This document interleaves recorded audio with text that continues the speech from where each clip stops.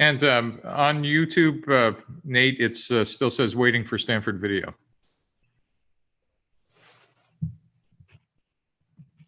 Thank you. Yeah, it might take a minute or a second. Okay. And on YouTube, Nate, it still says waiting for Stanford video. Oh, that's pretty impressive. Thank you. Yeah, it might take a minute. I'm hearing echoes here from the YouTube kicking off, I think. I just turned it off on my side. I think that was me. Sorry, guys.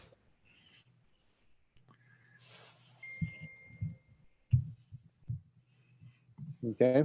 Again, for everybody online, we're just waiting a few minutes before we start.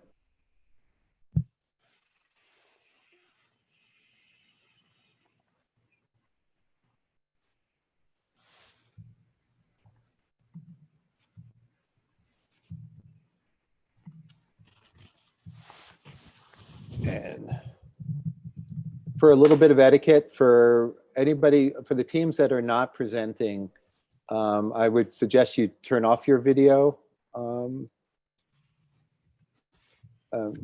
just so that people can run around, and do whatever they feel like it while we're waiting.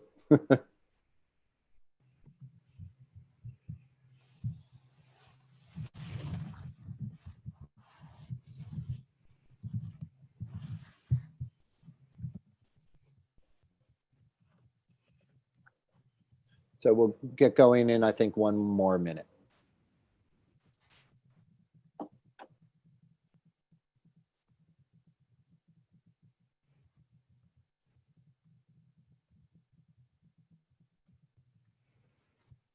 Is there still an echo happening from the YouTube?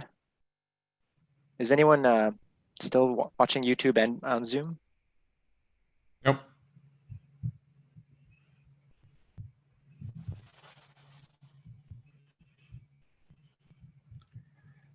All right. What do you think? Should we start or wait a few more minutes? Any suggestions? I'll give it 1 more minute. Sure. And Nate, there's something in the chat that says no echo on this end.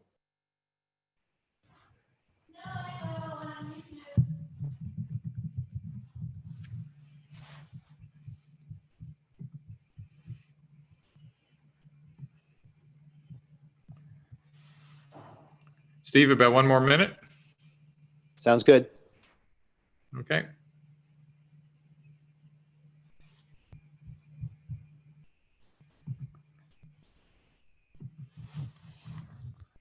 It's nice to see everybody dressed up on the speaker side. Everybody has, which is great.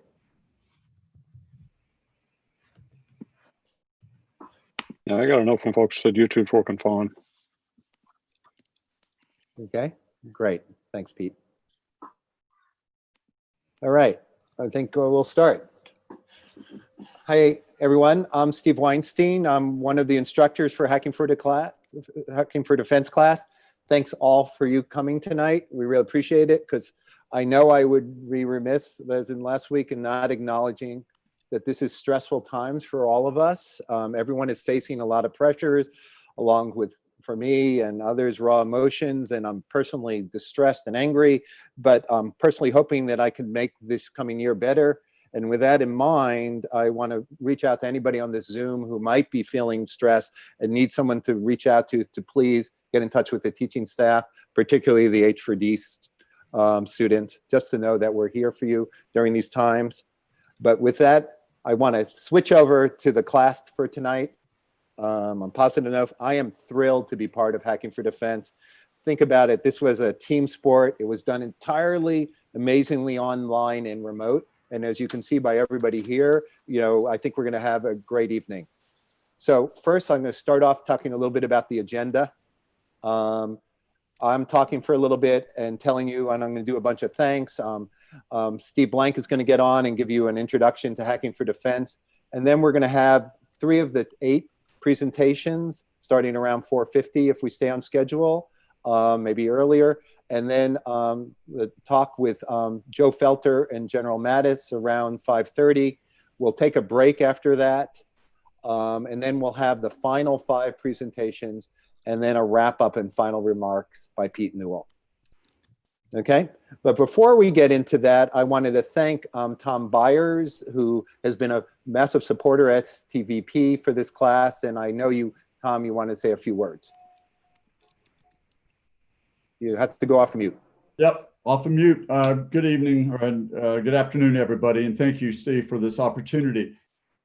I just wanted people to realize something, that this course is put on by MS&E as a department. That's the Management Science and Engineering Department, which I'm lucky to be a professor in and have been for 25 years. When I arrived 25 years ago, I was mentored by Bill Perry, who had Secretary Mattis's job the year before that and just returned to Stanford to be in our department.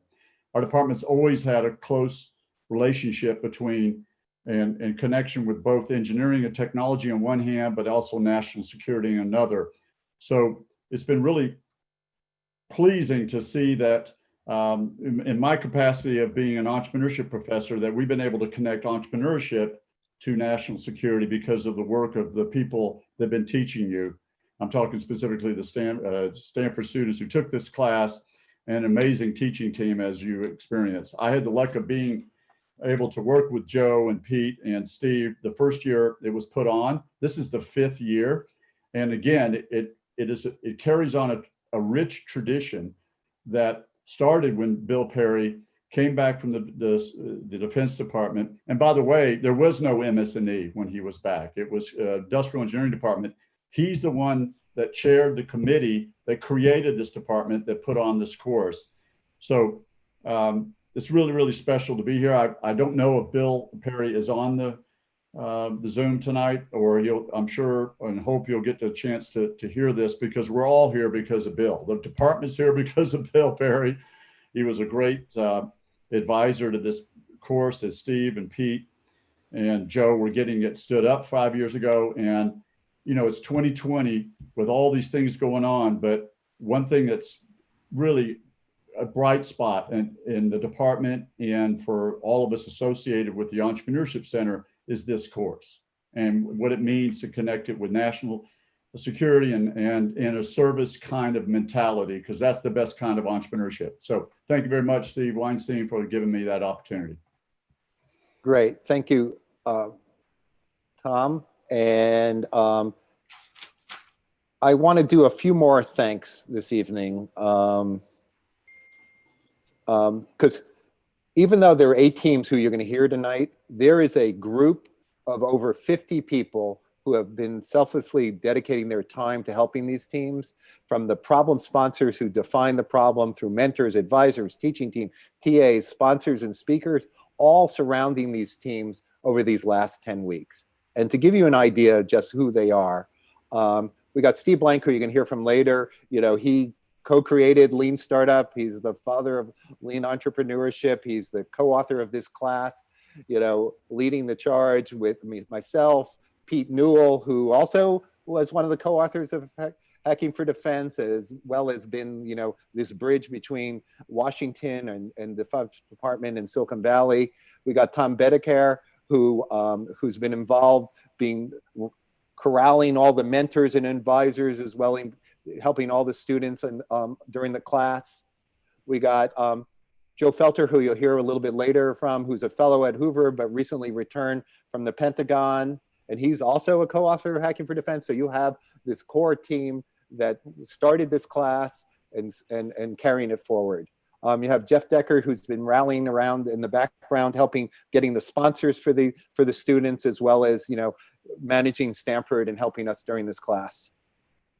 We also have an amazing group of course advisors with Arun, Sally, Tom, who you just met, and of course, Bill Perry.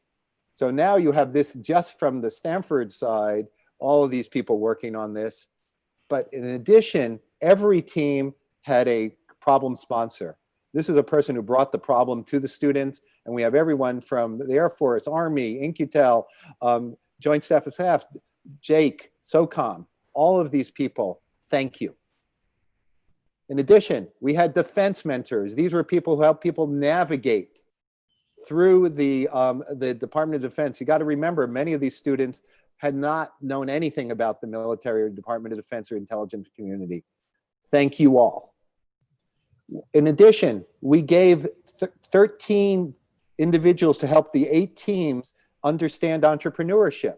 This was a group of people who've been around Silicon Valley or been helping in lean startup and hacking for defense and dedicating their time, all free, to each team, had their own mentor.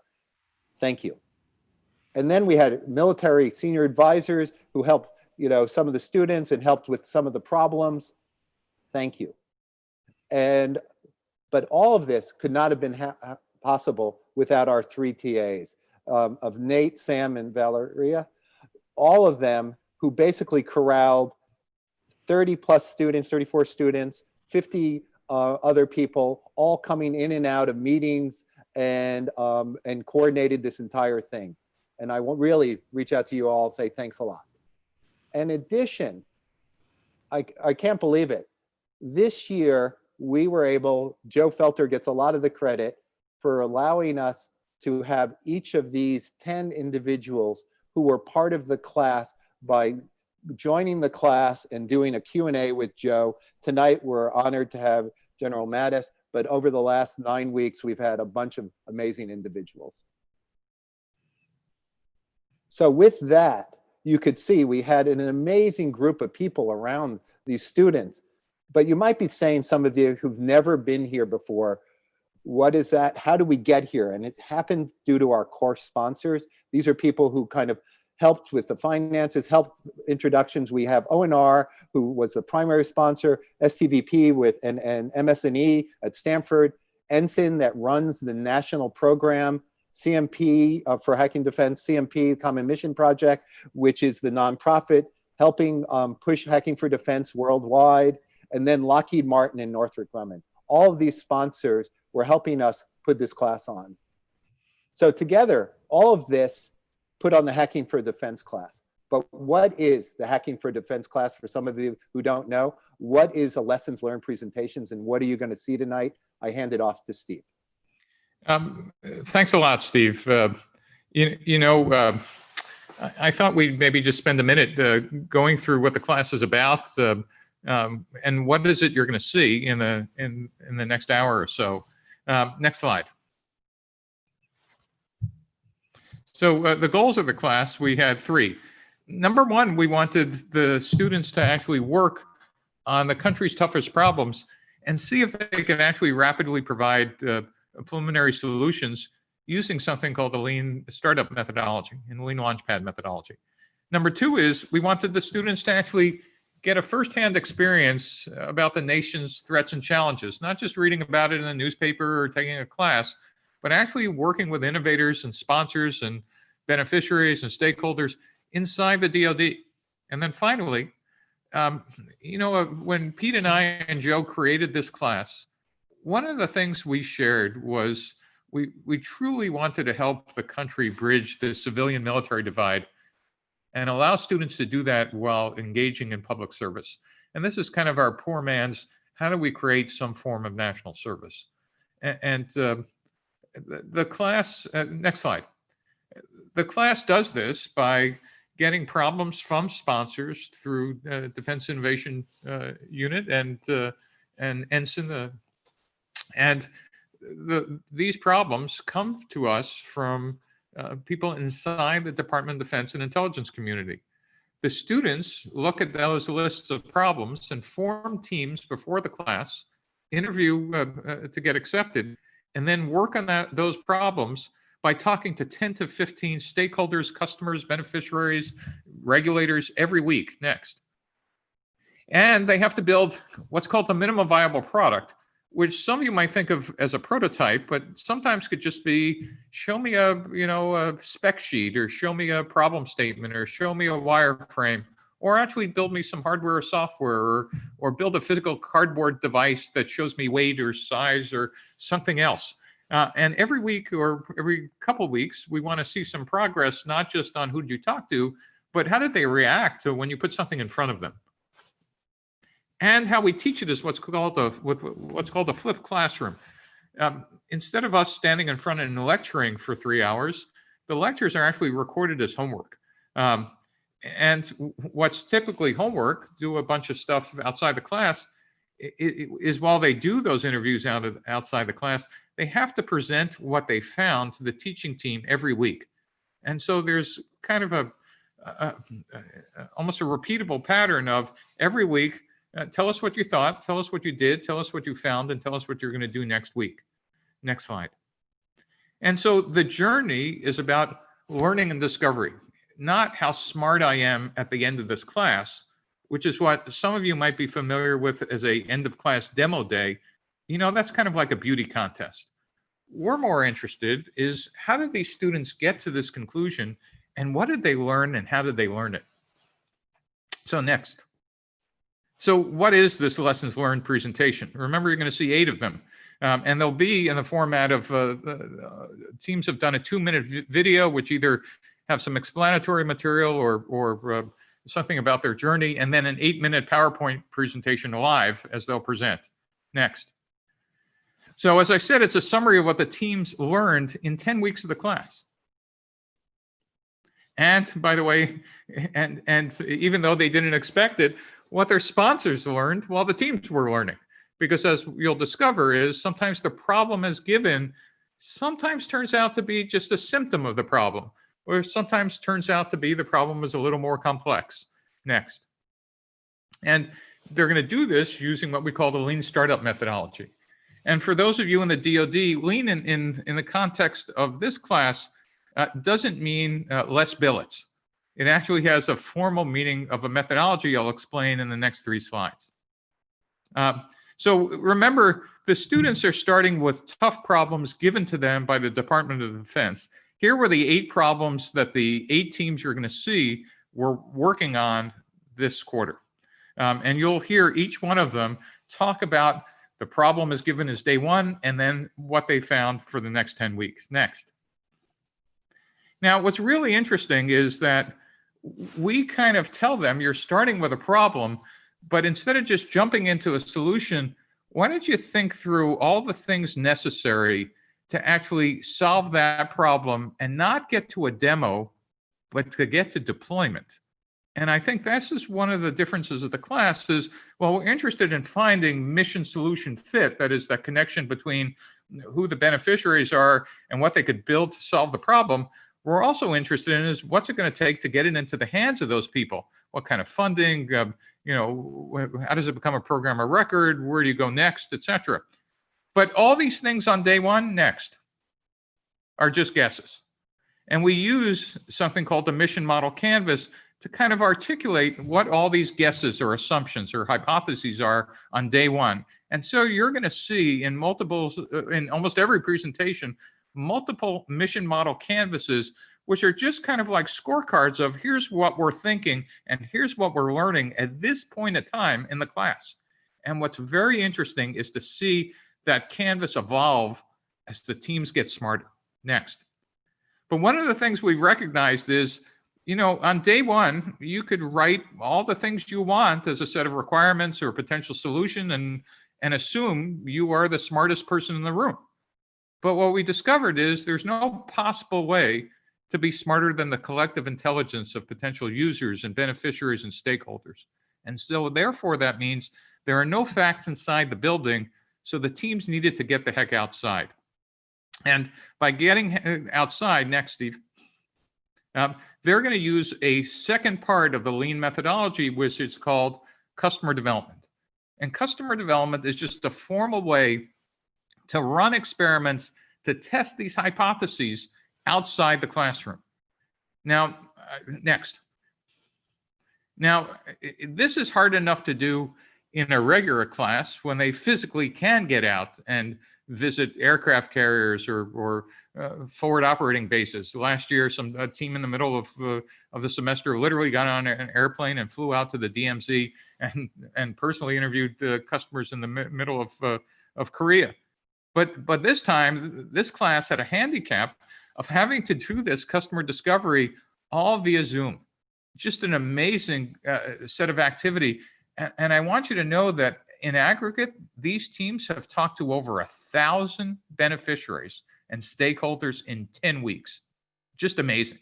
Next. And what this allows them to do is something that, again, in the commercial world, we adopted a couple decades ago, and the DoD is I think, beginning to understand its power, not only in this process, but in how it affects contracting and requirements and acquisitions. And it's this concept of a pivot. And a pivot, it basically says you're allowed to be wrong of your requirements and your understanding of the problem without blowing everything up. It simply says we've gathered enough evidence now that says perhaps there are assumptions about, what the solution should be or wrong, or perhaps we're talking to the wrong people, or perhaps that our path to deployment is just missing a couple of steps. And so when you hear the word pivot, understand it means that we've discovered something that means we have to make a change in some of our assumptions. Next. And then finally, these teams use something called agile engineering. And this is what allows them to be lean. And agile is just a fancy word for saying you could build products and services in the 21st century, which includes hardware as well as software, incrementally and iteratively. That means you don't have to build the entire system or even a big chunk of the system to get feedback to figure out whether you're on the right path or not. And so next. So every week or every other week, you'll hear these students talk about what's called minimum viable products. And a minimum viable product could be, dummy screenshots or algorithms to test image processing or some demos of battery technology to actually put in front of potential users and customers and say, what do you think? Would this solve the problem we've been talking about?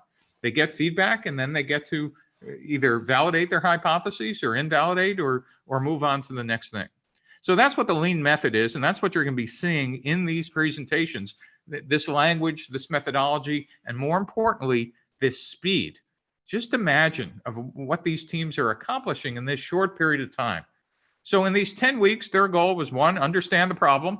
And as Steve said, most of these students had never seen the DoD before in their lives.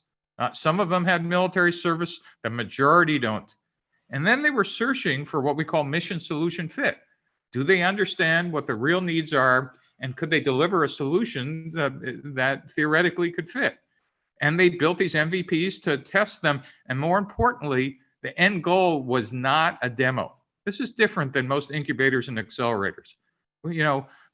Demo does not mean deployment in our mind. Deployment means getting stuff in people's hands. So what's that path? Next.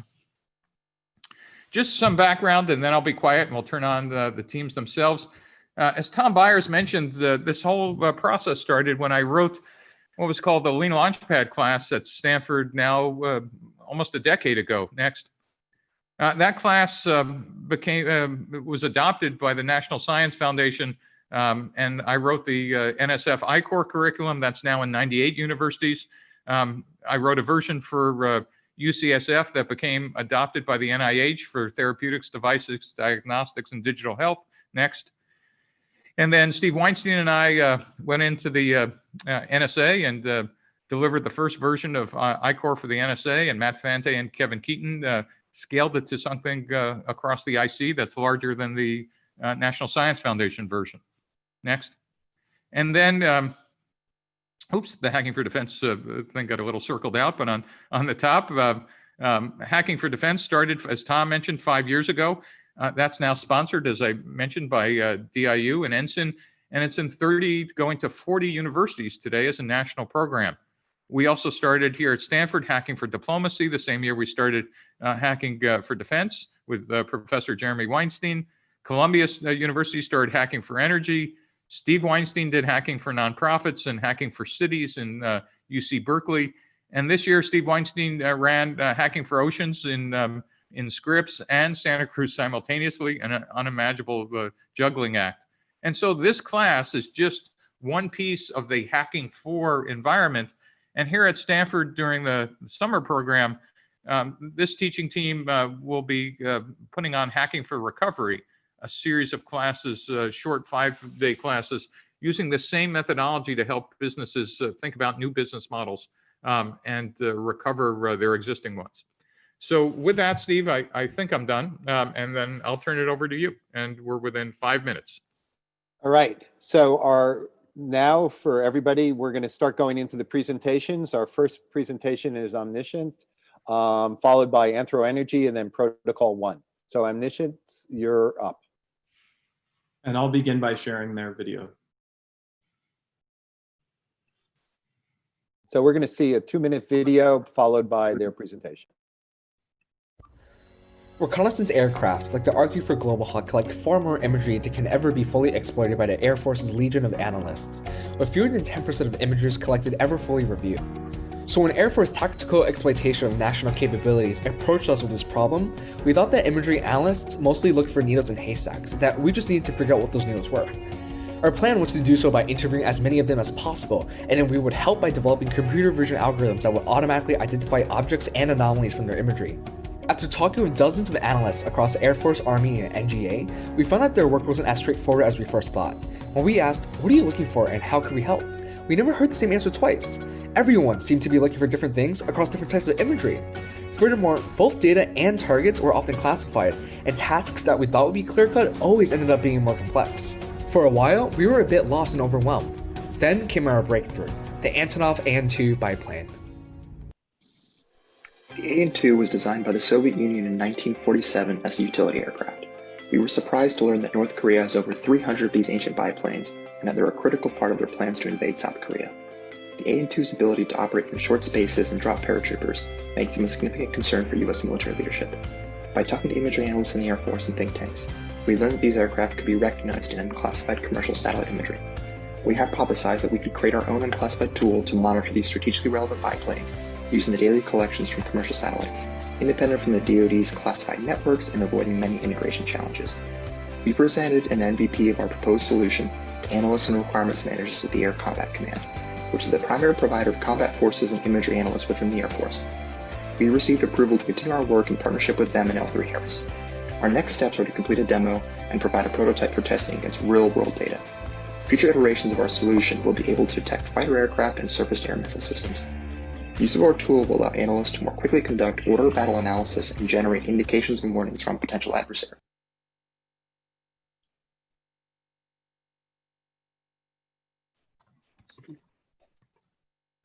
Okay, Team Omniscient, please start presenting.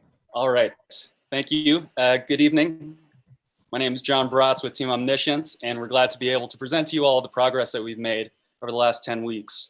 When our sponsor, the Air Force Tactical Exploitation of National Capabilities, or AF10CAP, approached us with the problem of Air Force imagery analysts lacking the time and manpower to review imagery coming from UAVs and satellite imagery on a day-to-day basis, we thought that we could provide value by helping analysts look for objects and anomalies of interest, essentially looking for needles in haystacks. Our main priority was to talk to as many of these analysts as we could and find what those needles actually looked like and what it means for an image to actually be interesting and exploitable. And ideally, we could get our hands on imagery and actually see what analysts were looking at and ideally build a solution. So we set out to interview Air Force analysts, but also Army imagery analysts, analysts at the National Geospatial Intelligence Agency, National Reconnaissance Organizations, as well as groups tackling similar problem statements. For example, at the Joint Artificial Intelligence Center, Air Force Research Lab, and IARPA. So with our combined team background in computer vision research and background in the military, we felt that we had our work cut out for us.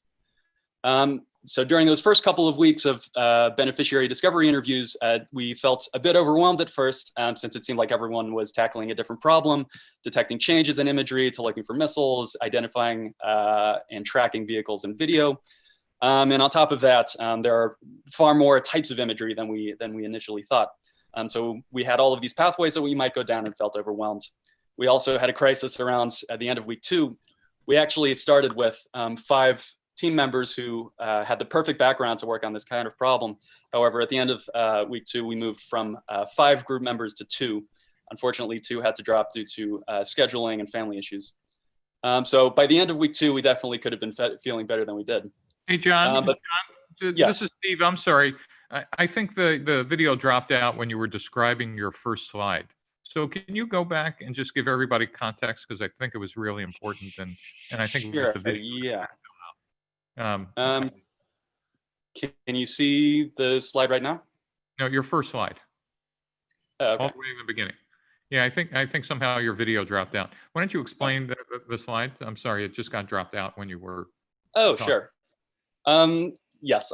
So our problem sponsor was the U.S. Air Force Tactical Exploitation of National Capabilities. The original problem was Air Force imagery analysts need an automated way to review a large quantity of collected imaging data to surface actionable intelligence to leadership, since 90+% of images are never reviewed. Is that okay? Yeah, and then the problem as is today. I'm sorry, it keeps dropping out. Oh, yes. And Analysts lack computer vision tools to augment their ability to rapidly locate, identify, and analyze objects of interest, which would allow them to focus their time on higher order analysis tasks. And we conducted 108 interviews. Perfect, thank you. I'm sorry, that just got dropped out on my video. I see. Sorry, that might be my internet. In any case, so through our customer or beneficiary discovery interviews, we found that Air Force analysts were shifting from just identifying objects and images, like where is the green truck, to higher level understanding. So what is this green truck doing? What is its purpose? And through our discovery interviews, we found that if we could not just identify an object of interest, but say this green truck was here and it's a missile loader, and I can tell that from the context of what it's done in the past, then that would unleash analytic horsepower. So that was encouraging. And while in parallel trying to scope down a discrete, specific object and activity to identify, we were scoping out existing pilot programs and research efforts along these same lines, and identified several programs that were in the demo stage, but no automated image analysis tools that were in the hands of users. So it turns out, to our surprise, that there are currently not, we couldn't find any wheels that currently exist that we might be inventing. So we continued on presenting our first MVP of a generic computer vision tool, processing imagery as it comes into analyst systems, flagging objects and activities of interest. What those objects and activities of interest are was what we were trying to get to the bottom of. And some of the feedback that we heard was that they've heard this pitch a dozen times, and all of those demos and pilot programs bit off more than they could chew. They never rounded up with a tool they could get in the hands of a user. What users care about is less about innovation and solving every problem, and more about integration and deployment. So we thought we found an idea that we could execute on and deliver in the hands of a user when we talked to pilot operators for UAVs. However, basically solving a bandwidth and latency issue of moving images from UAVs down to analysts on the ground faster than they currently can, using computer vision algorithms to prioritize images. However, we realized that we pivoted too early, deviated from beneficiary insights, and were invalidated with further interviews.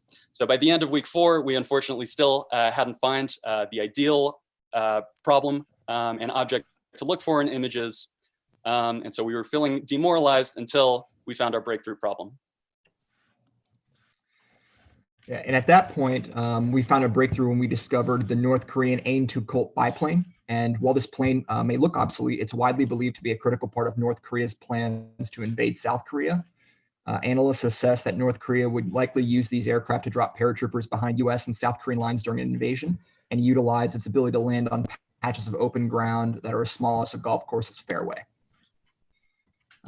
And while the AN2 Colt is an interesting initial use case, it's primarily a proxy to demonstrate what we can do with computer vision and unclassified commercial imagery. This aircraft is very visually distinctive, and thus a pretty good candidate for computer vision algorithms to detect, and it has tactical, operational, and strategic relevance. So our initial thinking going to this project is, if you can detect and track this aircraft from day to day, that would provide a lot of value for the end user. And now if you could track this aircraft reliably, you could expand at tracking other aircraft and equipment of interest. And while this problem was challenging, we thought with this discrete use case, we had a pretty good starting point to sink our teeth into the problem. And one of the challenges we encountered was that training an algorithm to detect this type of aircraft would require a lot of high resolution data, and we weren't able to get access to classified military imagery. However, we found through our interviews that commercial satellite data, like what's in Google Earth, is actually sufficient to recognize these aircraft. So we were able to compile our own data set of freely available commercial imagery for free. And at this point, we were able to outline our first MVP that was validated by end users. This was for an unclassified imagery analysis tool that uses commercial satellite imagery to detect aircraft of interest and generate outputs to integrate with the existing analyst tools. And at this point, we were also anticipating having to design our own user interface and our own integration path. We were hoping to leverage my prior experience in the military to find a convenient integration path that leveraged existing cross-domain portals to move our data from unclassified networks up to classified SIPRNet. And at this point, with this use case identified, we were finally able to articulate kind of a specific value proposition to the end user, focus on the appropriate end users who'd be using this tool, likely on the Korean Peninsula, and outline a specific integration pathway. Now, with all this ahead of us, and this specific application and a good set of positive user feedback, we feel like we finally hit escape velocity. Yeah, so we're finally making real progress and we couldn't be feeling better. With additional interviews, we realized that we could get in the hands of users much faster by building everything initially with only unclassified tools. With our enhanced MVP, we will develop our algorithms with unclassified satellite imagery to identify AN2s and also be able to detect changes by comparing to a historical baseline. We'd output our detections into a KML file, which could then be uploaded to the analyst classified network. Our files would seamlessly integrate with the existing tools and workflow of analysts, enabling them to rapidly generate insights and surface actionable intelligence faster. This strategy enables us to both build technology that works and that will deliver real value by actually getting onto government systems. Right now, we're developing our machine learning models on our initial data set with our unclassified MVP in mind. We've also identified a partnership with L3 Harris, in which they have a data integration platform that could, significantly decrease the time it takes for us to get onto government systems. And we're working with them on that as well. We have an unofficial demo scheduled with Air Combat Command in 3 weeks, and they're very excited to see what we'll accomplish with just 4 weeks of technology development. We also hope to continue our efforts with the endorsement of our problem sponsor, AF10CAP. Needless to say, we're feeling very optimistic about the future, and we could use your help. We're working on our next 100 interviews and want to learn more about how we could help other organizations and beneficiaries in the military, so we can identify where we go next after the AN2. We're also interested in other potential collaboration opportunities with other prime contractors. We're continuing Omniscient over the summer with John working full-time, and we'll be focused on developing our computer vision algorithms and exploring dual-use opportunities. We plan to have the support of H4X Labs and apply for AFWorks funding in late October. We're also seeking venture funding to enable us to hopefully grow and expand rapidly. If you're willing to talk to us, please shoot us an email. And thanks so much, everyone. This has truly been an amazing experience. All right, thank you, team. Applause. I also see that General Mattis has joined, so welcome. Also, we're up for the next team, and a word to the next team and all teams, please. Speak a little slower. At the end, Andrew got really rapid. I was happy that he did, though. And next team up.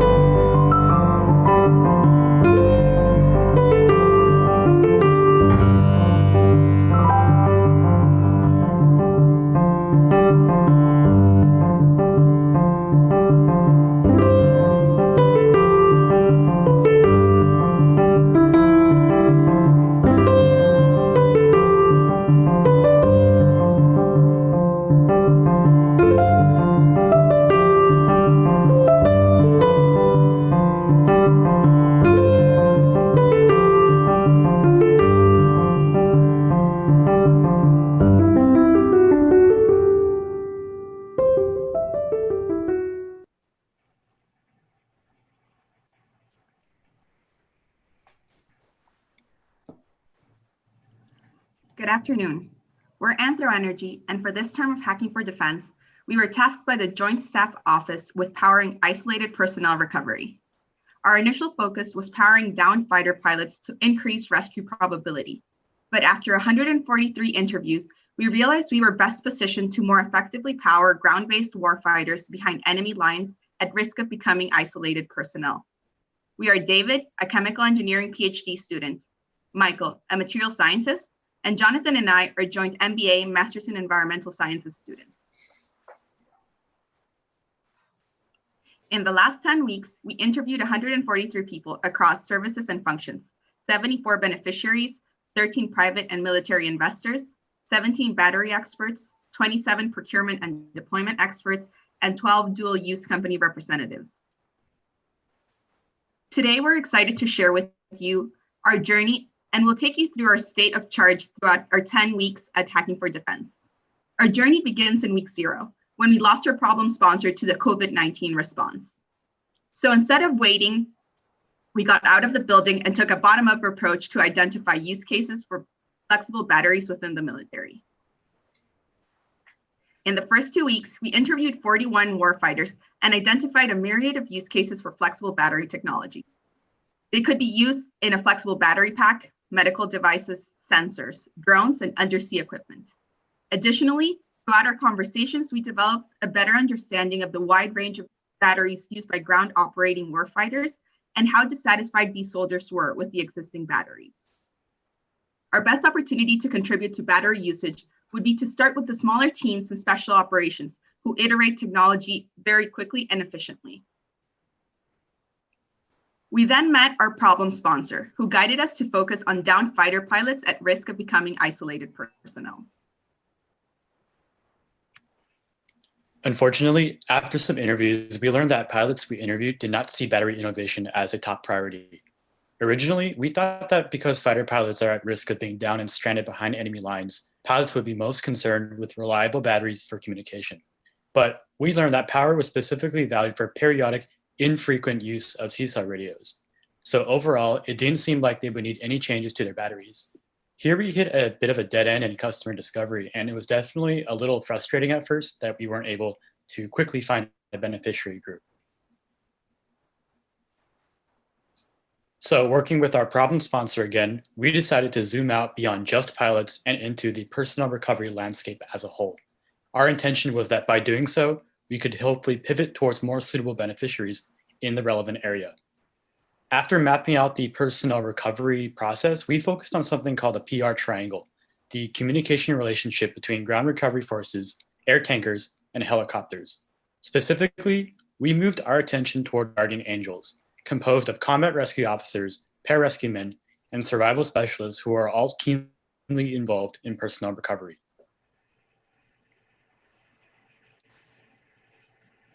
After learning more about the guardian angels, we found that they deeply cared about batteries. Extensive interviews show that there were a variety of problems they were eager to solve for their current batteries for their mission set, including weight distribution, low capacity, and lack of universal charging. Overall, battery management was a clear issue for this group. This was great news for us, and this ultimately became our pivot. The guardian angels were a beneficiary group that had a clear need for an improved battery product. This pivot from pilots to pararescue and ground recovery was a huge step. It enabled us to finally move from beneficiary discovery to product iteration. So our next step was to find out if we could come up with a minimum viable product to address their pain points. Over the next 2 weeks, that's exactly what we did. We worked with the Guardian Angels to come up with the minimal viable product that you can see on the screen. You can see the Anthro Energy batteries, which are flexible, safe, conformable, and have the ability to charge multiple devices here in the context of a warfighter's vest. They, in fact, can charge multiple devices, as you see on the screen, and we work to identify exactly what the most key devices would be. And you might ask, what makes the Anthro Energy solution different than other conformable batteries available today? And the answer is that it uses new technology developed by David in his PhD research at Stanford. The combination of this new technology, the research with our beneficiaries, in our iteration towards the minimum viable product gave us product mission fit. So after that, the next step for us was to think about how do we take this solution and really put it in the hands of the people that need it most. And when we started to take a look at that, we realized deployment is quite complicated. We started by trying to figure out what organizations we would need buy-in and support from, and what organizations we would go through in order to deploy. And we started out by looking at groups like AFSOC and SOCOM, and deployment through dollars and resources provided by AFWorks and the Defense Innovation Unit. So we got out of the building and we talked to these folks, and we learned that there were several procurement options that could work, but unfortunately, none of them were a great fit at first for us. Why is that? The conventional RFP process takes 5 to 7 years and would be very difficult for a startup company to go through. The SOCOM Other Transaction Authority was quick, but provided smaller value dollars and not necessarily an ongoing source of revenue. And the Defense Innovation Unit proposal made a bit more sense to us. However, the problem is that all of these routes require a technology readiness level of 6 or more. What that means in the context of Anthro Energy is we needed a full-size prototype. And while we had proven out the technology in the lab, we did not have a fully functioning prototype yet. This brought us to an emotional low point in our journey where we felt like we had done the work needed to identify a solution and the pathways to get it deployed, but simply did not have the technology. At this point, we realized that we were facing the valley of death. Taking promising lab scale technology and idea for a prototype to a technology readiness level of 6 that the Department of Defense would be interested in seemed insurmountable.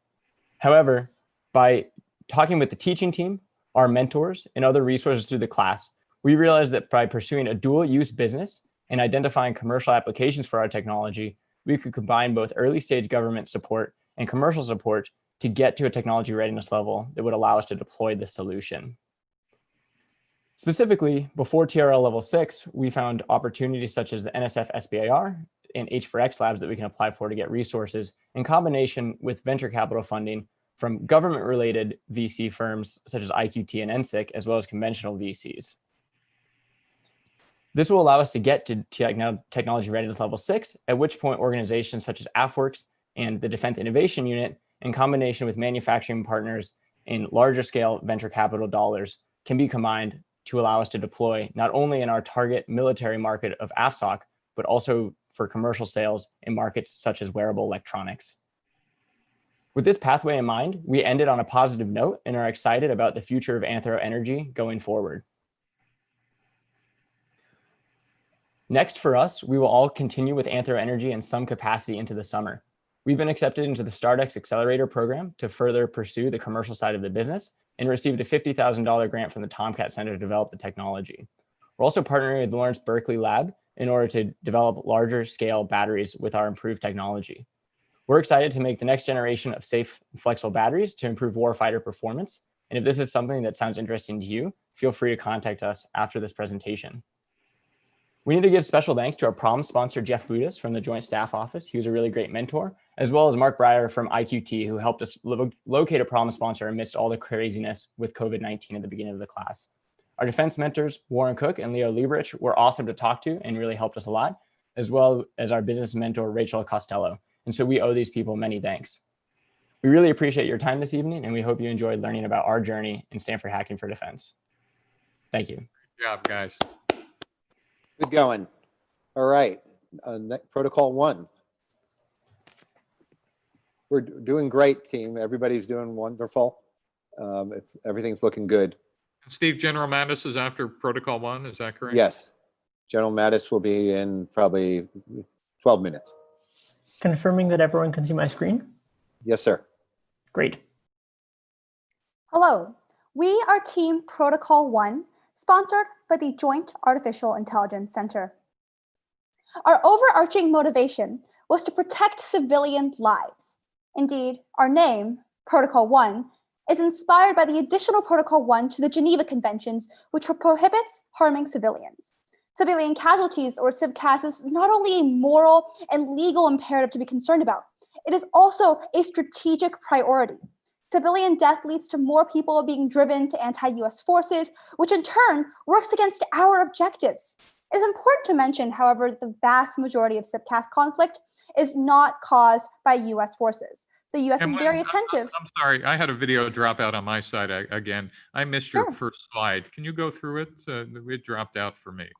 Oh, the first slide is very simple. We are Team Protocol 1, sponsored by the Joint Artificial Intelligence Center. Right, and the problem given and the interviews you did? Yes. So could I go down the second slide?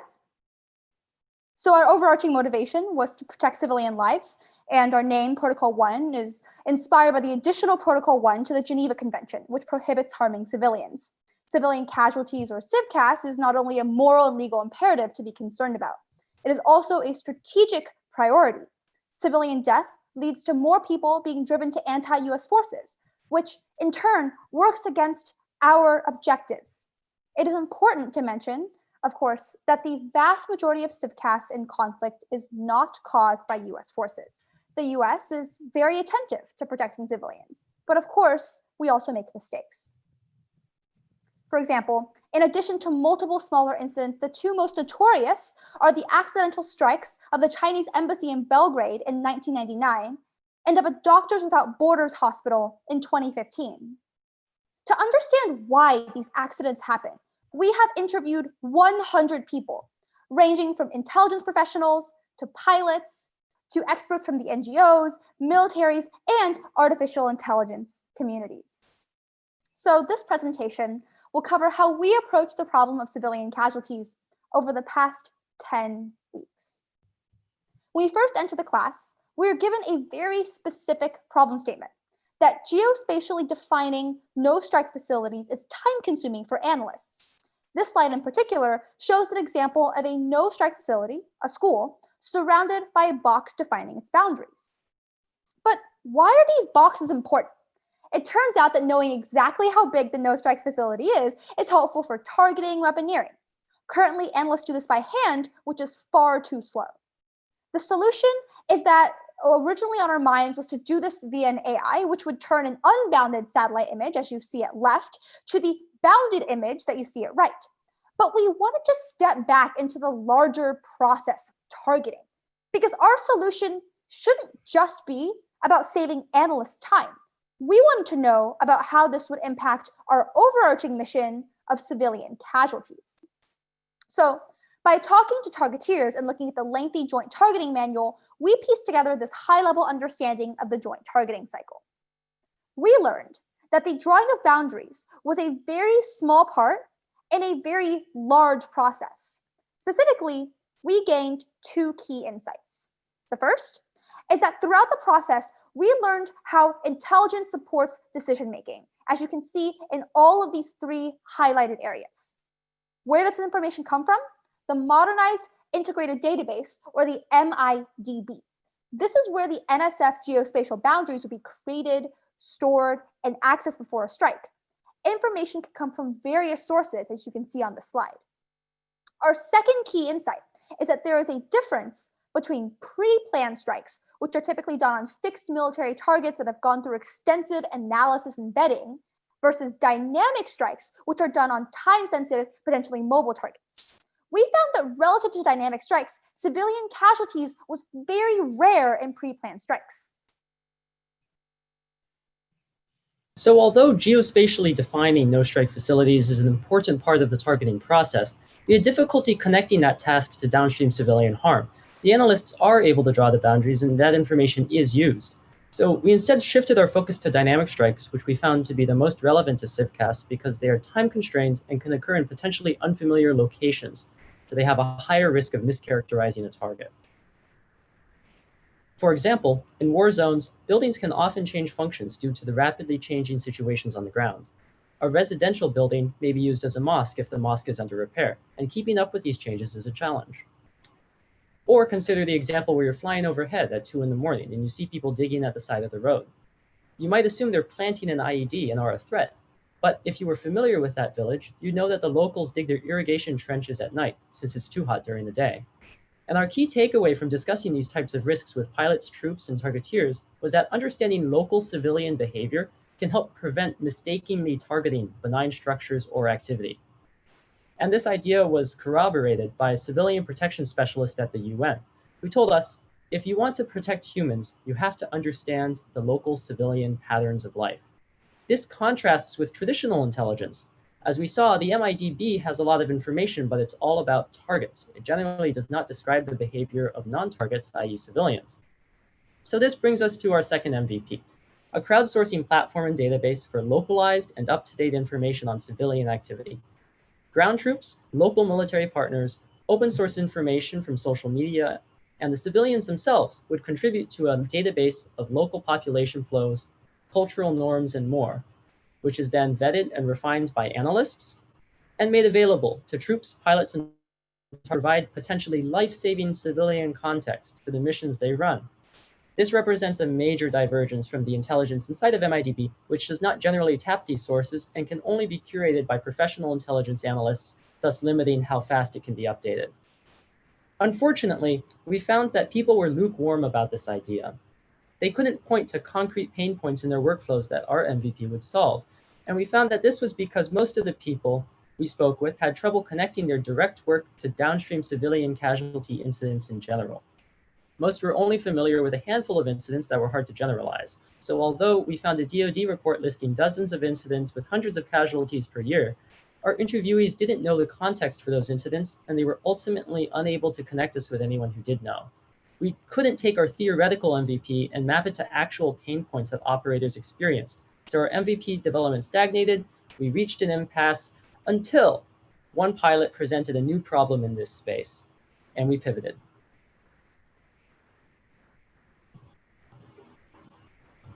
This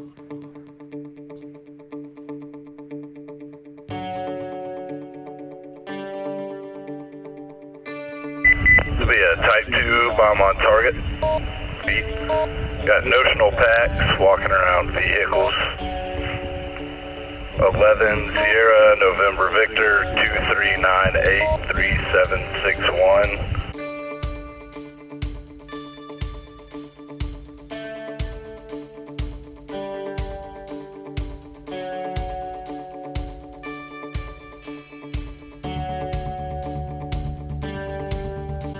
We're Team Protocol 1. During close air support operations, fighter pilots have a lot on their minds. Ground troops, called Joint Terminal Attack Controllers, or JTACs, communicate critical targeting information to pilots over the radio. Pilots must listen, write the information down, navigate unfamiliar territory, monitor communications on their other two radios, and make weaponeering considerations, all while flying their plane. This process places high cognitive load on the pilot, and the busier things get, the easier it is to miss information relevant to the protection of civilians in the battle space. Compounding matters, if there are sparse communications and information is missed, it can take up to 5 minutes to get back into communication range and clarify what was said. Pilots have told us that this 5-minute delay in air support can drastically change outcomes for the troops on the ground. As a solution, we provide an AI-powered application that automatically transcribes what is said on the radio, saves audio snippets for replay, and extracts key information such as the locations of targets and friendlies for easy reference. Through easing cognitive load and making communication mistakes less likely, we make close air support safer and more efficient, benefiting pilots, JTACs, and civilians.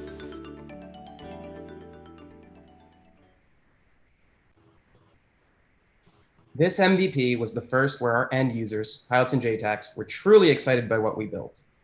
The reason is that pilots no longer need to worry about perfectly copying everything down, even when the radio cuts out.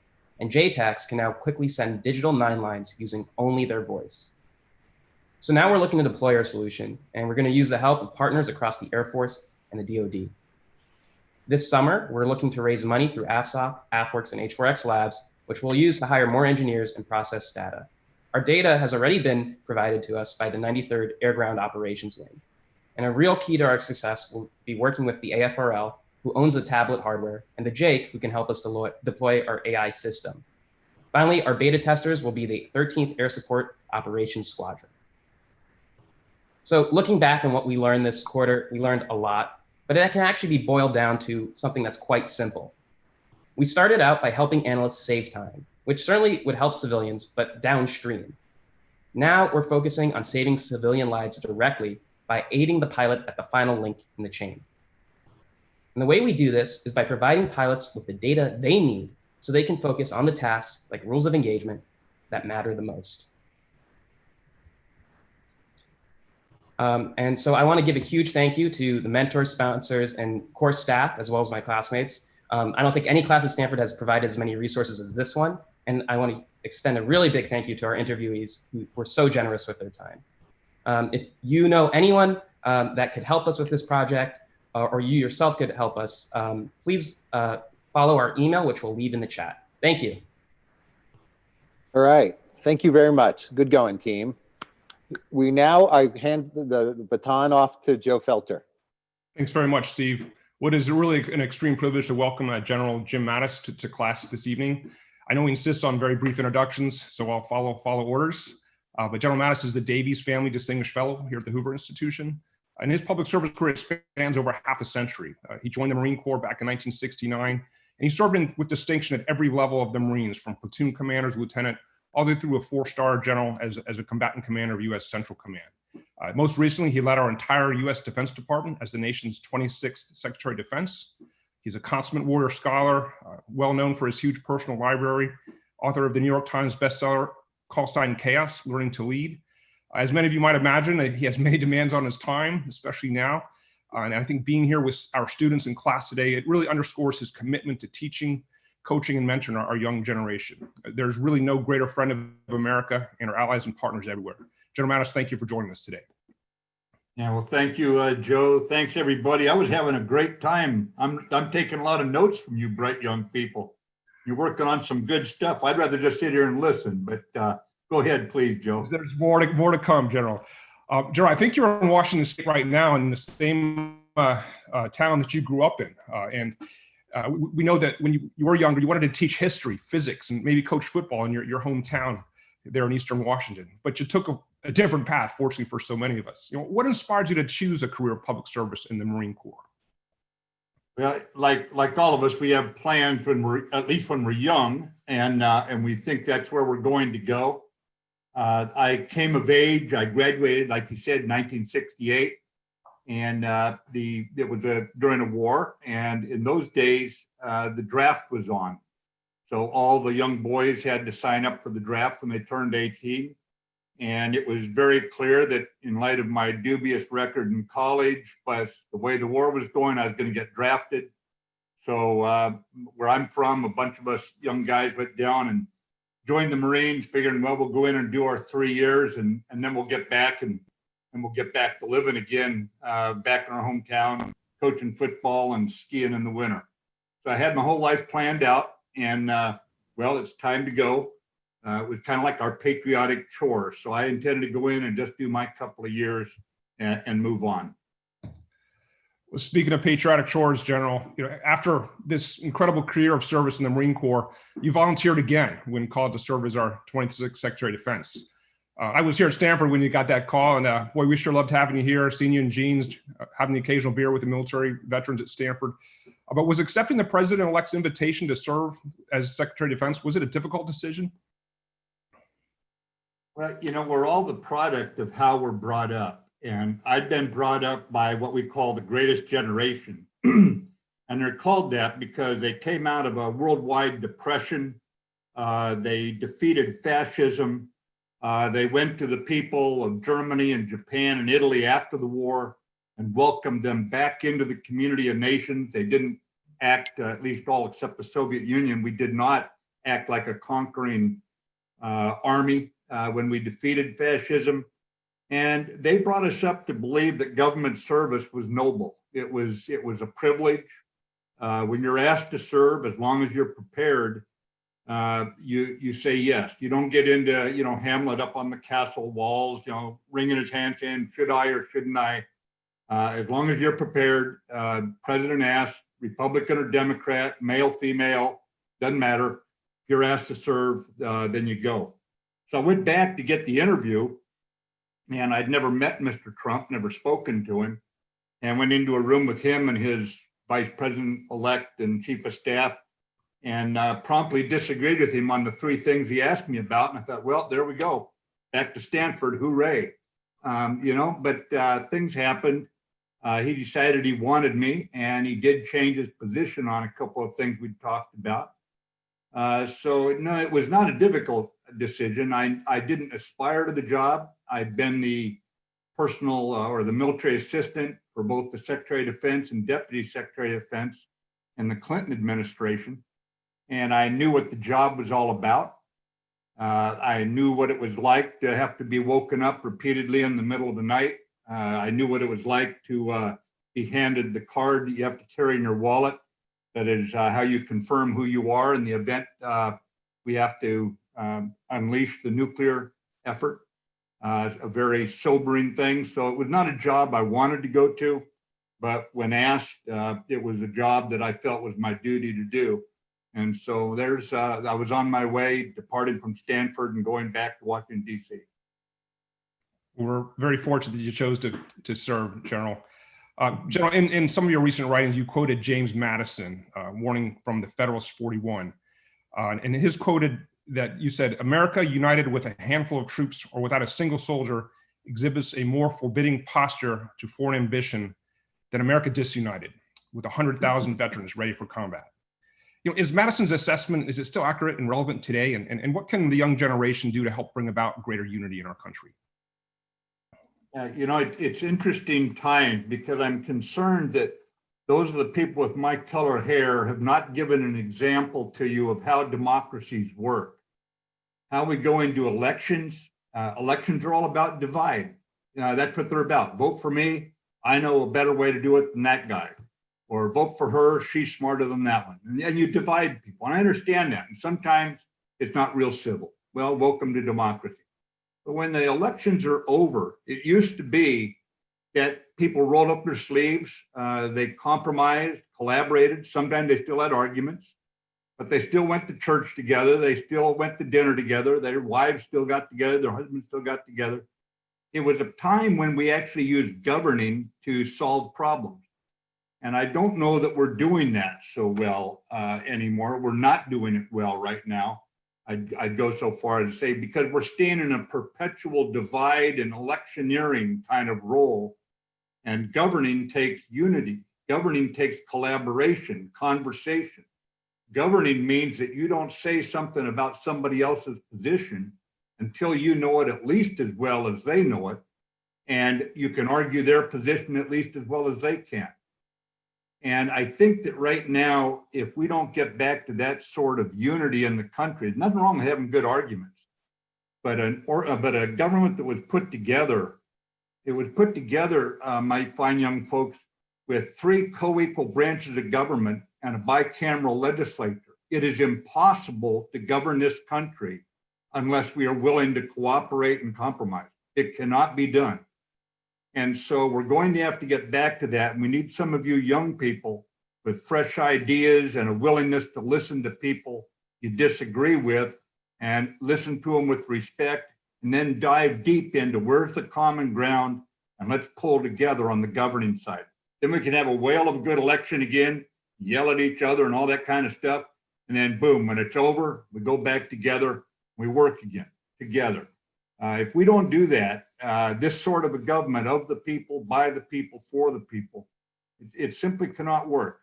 And so you've got to keep working at it. I love seeing you folks working on these kind of issues about how do we defend this country, because we need to defend it. It is not something that's written in concrete, carved into granite or something that said we will always exist, this form of government. It's actually not existed very much in the history of the world. So it's good to see that you all are looking at how can you help keep it alive, because it needs defense. Thank you, General. General Mattis, in the lean startup methodology that our course co-author Steve Blank helped develop, the term pivot, it refers to a course correction. It's based on feedback from the marketplace. Now, Secretary of Defense, and I recall this, you pivoted the entire Department of Defense with the new National Defense Strategy. I mean, how did you determine this pivot was necessary, and what did it look like? Or what should it look like, I should say? Yeah.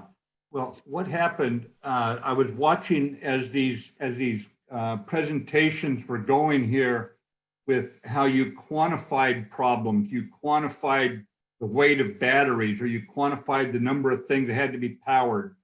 And then you were looking at how do you actually bring in qualitative judgment as well. So going into the job, ladies and gentlemen, under our system of government, you have to go up and get the advice and consent of the Senate. And that's not just some members of the Senate. You actually go up for a hearing. And so for 30 days, I flew back east, and for 30 days, you go up and you call on senators and congressmen in my case, because I needed a waiver from the House of Representatives. I hadn't been out of the military long enough to qualify for the job under the law. And I was going up talking to them, and I kept asking the people who were informing me, I need this strategy. I need to see what strategy, so I know what to say to these senators. Well, fortunately, they never asked me about it, because I never got the strategy. And so the first day at the Pentagon, it's a Saturday at noon, I walk in, and there are just 4 of us at a table. The holdover from the Obama administration, the Deputy Secretary of Defense, a great public servant named Bob Work, and then the chairman of the Joint Chiefs and the vice chairman. And the 4 of us are sitting there. And I started off by saying, you know, gentlemen, for the last 30 days, I asked for your strategy and I never got it. And I could not order you to do it because I didn't have the advice and consent of the Senate. I said, now I need it. I've got 2 letters to next of kin who've died. I need to know what we're fighting for. And the chairman looked me right in the eye and he said, we don't have one. And we haven't had one in 10 years. In other words, it's not just one political party. It's not a political statement. Now, you're going to hit moments in your lives, my fine young people, when you're just going to feel like you got socked right in the stomach. But that's what it felt like right then. So I said, okay, we're going to write one. We're going to write it real fast. And so we started working on it. I went home that night, threw my bags in the corner of the bedroom of the house I rented, and got up my legal pad and I started writing. And I took what I was writing, and brought in some real bright young folks. And we went up and talked to congressmen, both parties, talked to think tanks, went all over NATO, talked to every country that wanted to talk to us, went to Tokyo and Seoul, putting this strategy together. And it had to start the same way you all started, with a problem quantified. We've been through 4 administrations, for example, that pretty much focused on terrorism. That's what I've been doing there in my last years in the military. But it was very, very clear that those 4 administrations had a view of China coming on board and becoming a responsible stakeholder in the international community that has not proven to work out. I think it was the right thing to do by every one of those Democrat and Republican administrations. They had to try. But it was very clear with what was going on with China, the intellectual property theft, the seizing of features in the South China Sea, I can go on, the piling massive debt on others, it was not working. And so we had to look at what was the big threats to America in the future. And you didn't look at what people intended to do, you looked at what they were capable of doing. And I basically said, terrorism is going to be here. We're going to have to deal with it. It's simply going to be an ambient threat, going to be with us.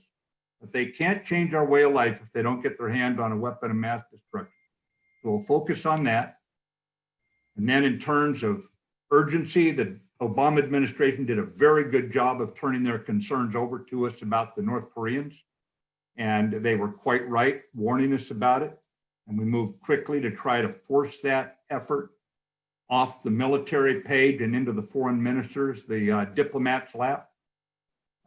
In terms of just plain raw power, it was Russia that was threatening to turn America into radioactive ash, had invaded Georgia and seized part of Ukraine as well. And in terms of will, we were going to have to address China. And so I flew, I met my counterpart from Beijing in Singapore and started working with him, went to Beijing and invited him to Washington, DC. We were trying to put all these things together into a strategy. And all a strategy is the ends and the ways and the means. And here we needed State Department to get out in front on the ends because we'd militarized our foreign policy over the preceding 20 years. And I needed to move the military into the backseat on foreign policy, supporting diplomats and buying time and credibility for diplomats, but then be ready with a deterrent force with nuclear weapons, a compelling force with conventional military, and able to fight irregular warfare. And that was the problem statement, and that was what we came up with. Why did I do it, ladies and gentlemen? Because this is the only way we're going to turn this responsibility for keeping a country safe over to the next generation is by defending it. And that means with as many allies as we can get. And so our main line of effort was, how do we maintain a safe and credible nuclear deterrent so those weapons are never used? How do we work with allies to make sure that that we never fight alone? I've fought many times for our country as a military officer. I never fought in an all-American formation, not once. I was always alongside allies.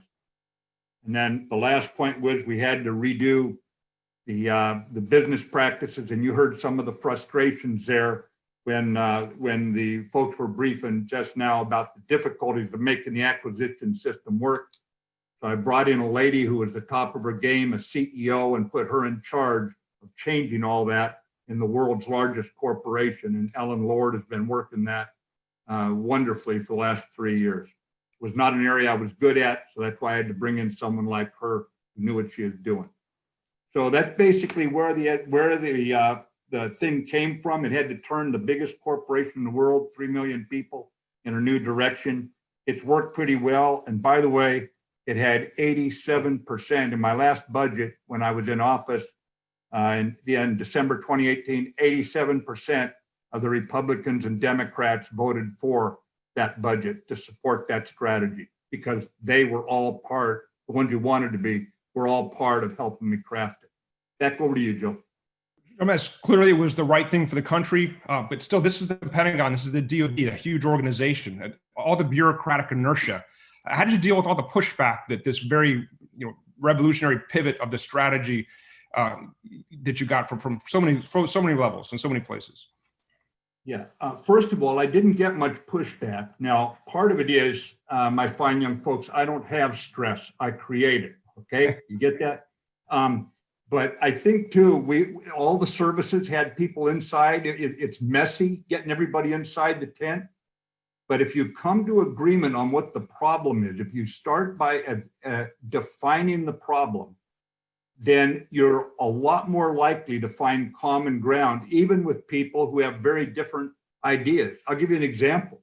When we rolled out our nuclear posture review, which is a pretty sensitive thing, as you can understand, these horrible weapons, I've been to so many of the European states that even the European states with significant left-wing parties or green parties, we did not receive one bit of pushback from one of our NATO allies on probably the most sensitive issues. So what you do is you start by getting everybody on board with the problem. As Einstein put it, when asked, how would you compose your thinking? I think it was Einstein, he had one hour to save the world.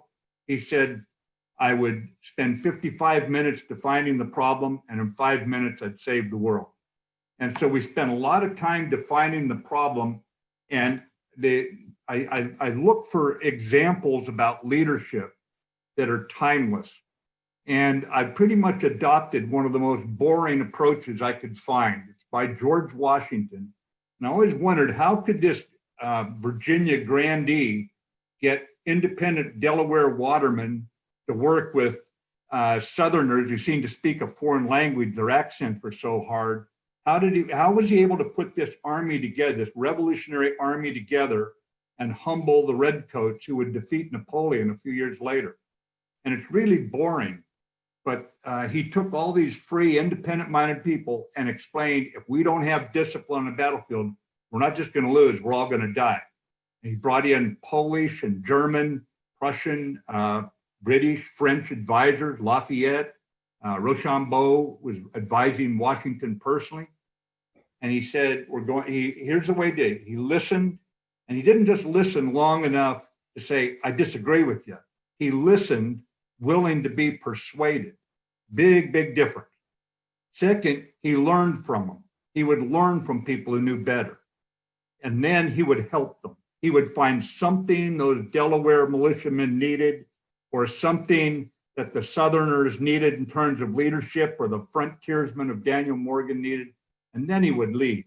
He didn't start by leading. He listened, he learned, that shows respect for other people, and then he helped them, and then he led. And if you follow that, you're going to find that you'll pick up the shy guy over in the corner, you'll pick up the aggressive gal who just wants to be left alone and charge off because she knows what she's doing. You can pick them up and put them into a team, weld them into a team, because you don't need regimented thinking in your line of work or in the military, but you need discipline. And if I didn't have disciplined buy-in by everybody, it was going to be just gathering dust on a bookshelf. And then what I did, I matched the budget to everything in that strategy. And at that point, if you don't do that, organizations, football teams, college campuses, operating rooms, corporations, they get the behavior they reward. So I had to reward those who were taking that strategy forward. And it had to help people at times. To the congressman who's losing a factory in his district, losing a military fort was a bad thing too. You had to have some empathy. And empathy is a weapon system in terms of winning people. You've got to have empathy or it's not going to work. And that's why I'd go with the George Washington approach. And it will never let you down, even if you have to modify it at times because of the authorities you have. It'll work. General Mattis, I don't know one that would characterize your leadership style as boring, but thank you for that historical anecdote. So General Mattis, we're here at Stanford, here in Silicon Valley, the heart of technology in the country, if not the world. But America's advantage in the technology sector, they're diminishing, relative to our closest competitors, China in particular. What can we do to help ensure we maintain our technological edge? Well, when I came in the military, we didn't have GPS yet, but thanks to the military budget and the intelligence agency's budgets, we put GPS in where all the timing, navigation, all these things we do nowadays, that was all put up really by the military. It was put up by the military. I think you're all aware of DARPA's role vis-a-vis the internet. And then we've seen that sprout, just what we've seen coming out of Silicon Valley, and it's really great what's going on. But now the way that technology is developing, more and more of the new ideas are coming out of Silicon Valley or coming out of private industry or rocket companies that can put a rocket in outer space, where at one time only the government could have done this. So here we are with a world that's becoming globalized as we speak, more globalized all the time. And how are we going to maintain with those dual use technologies, the technologies that can help militaries maintain their edge? First of all, I think we've got to attract you all, and that starts with our history. I'll be frank with you. When I go around, I teach at about a dozen colleges a year. I go 30 days to Dartmouth or 10 days to Berkeley and all. I know that doesn't, you all at Stanford don't like that, but I have to go across the bay once in a while. And I go to the bookstores, and I would have very little affection for America if I was studying history, what I read in those bookstores. I think history should include the good, the bad, and the ugly of America. But if we don't start by explaining to people, there's really something brought up to me by a World War II Marine. They just took horrible casualties in that war.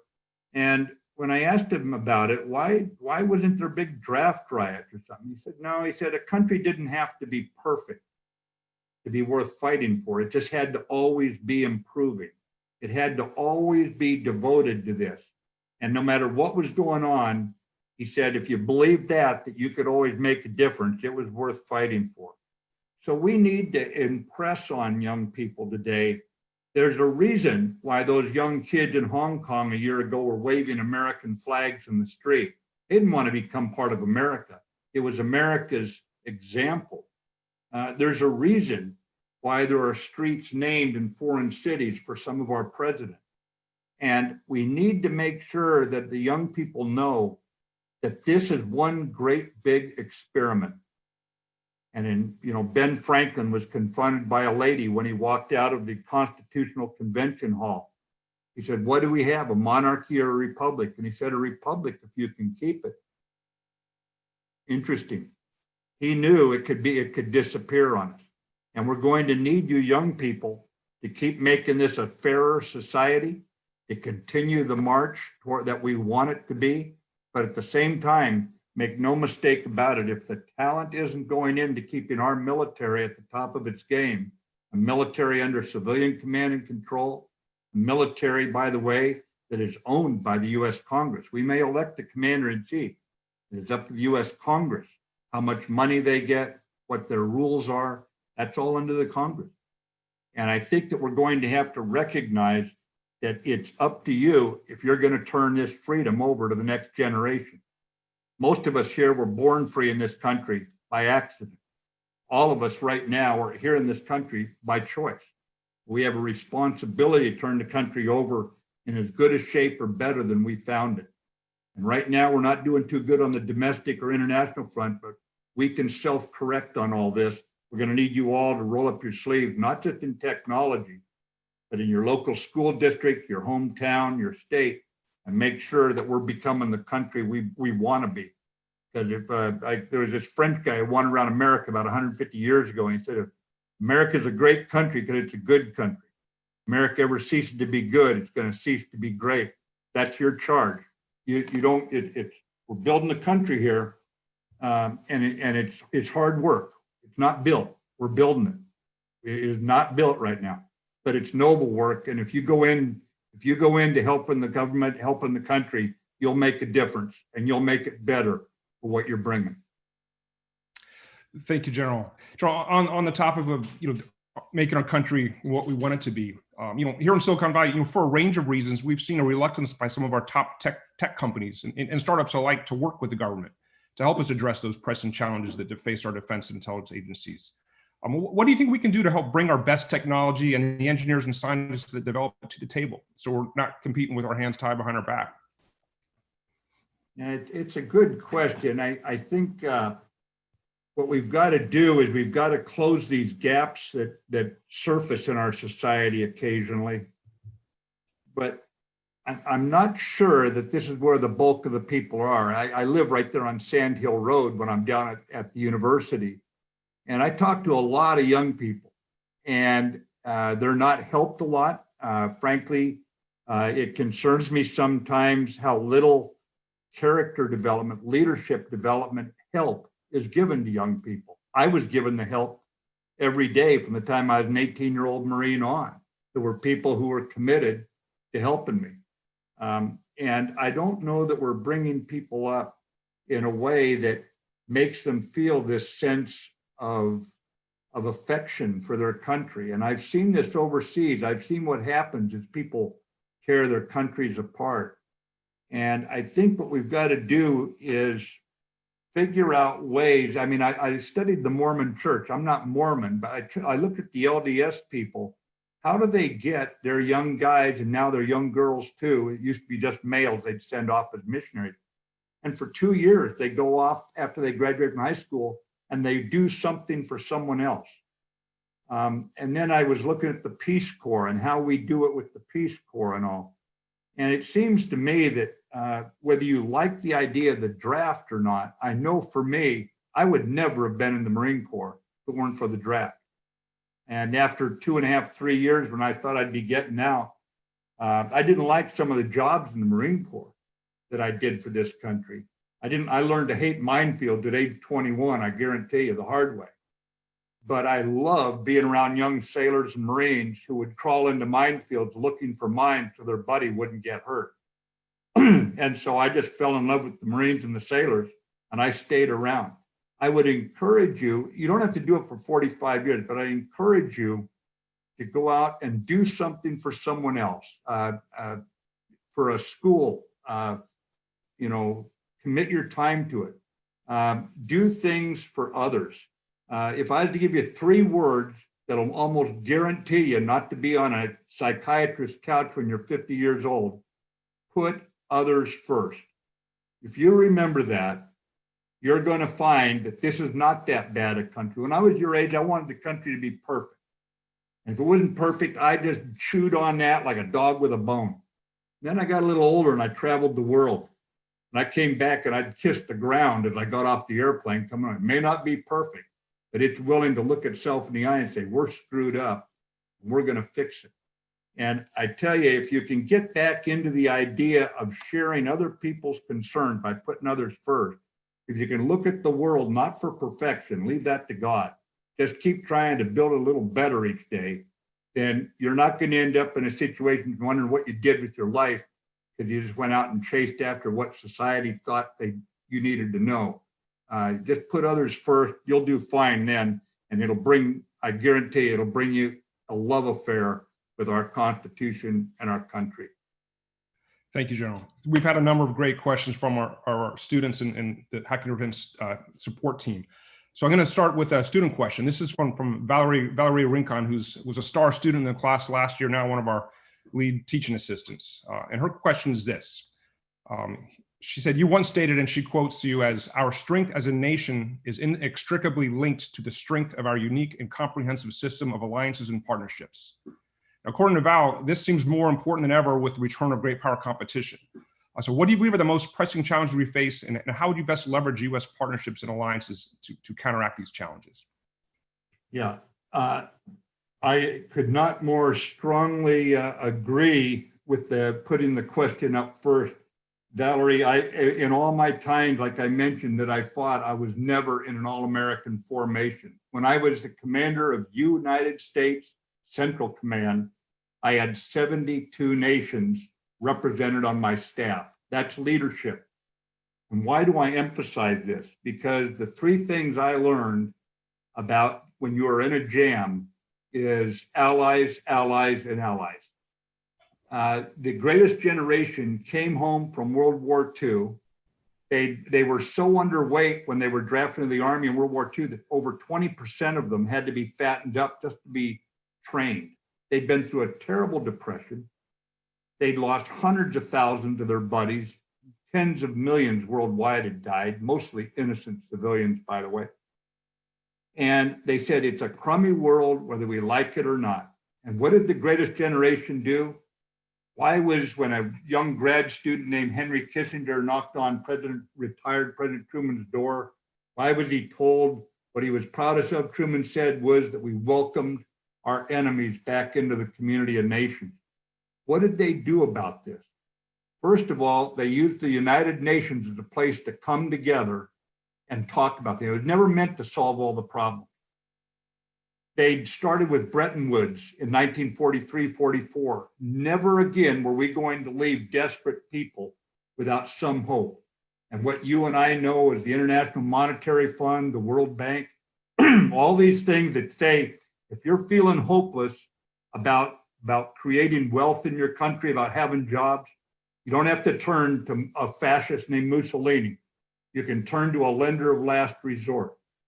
They put together the Marshall Plan, where we went to our hated enemies, vicious enemies after that war. And 3 years later, we were helping them get their economies going again.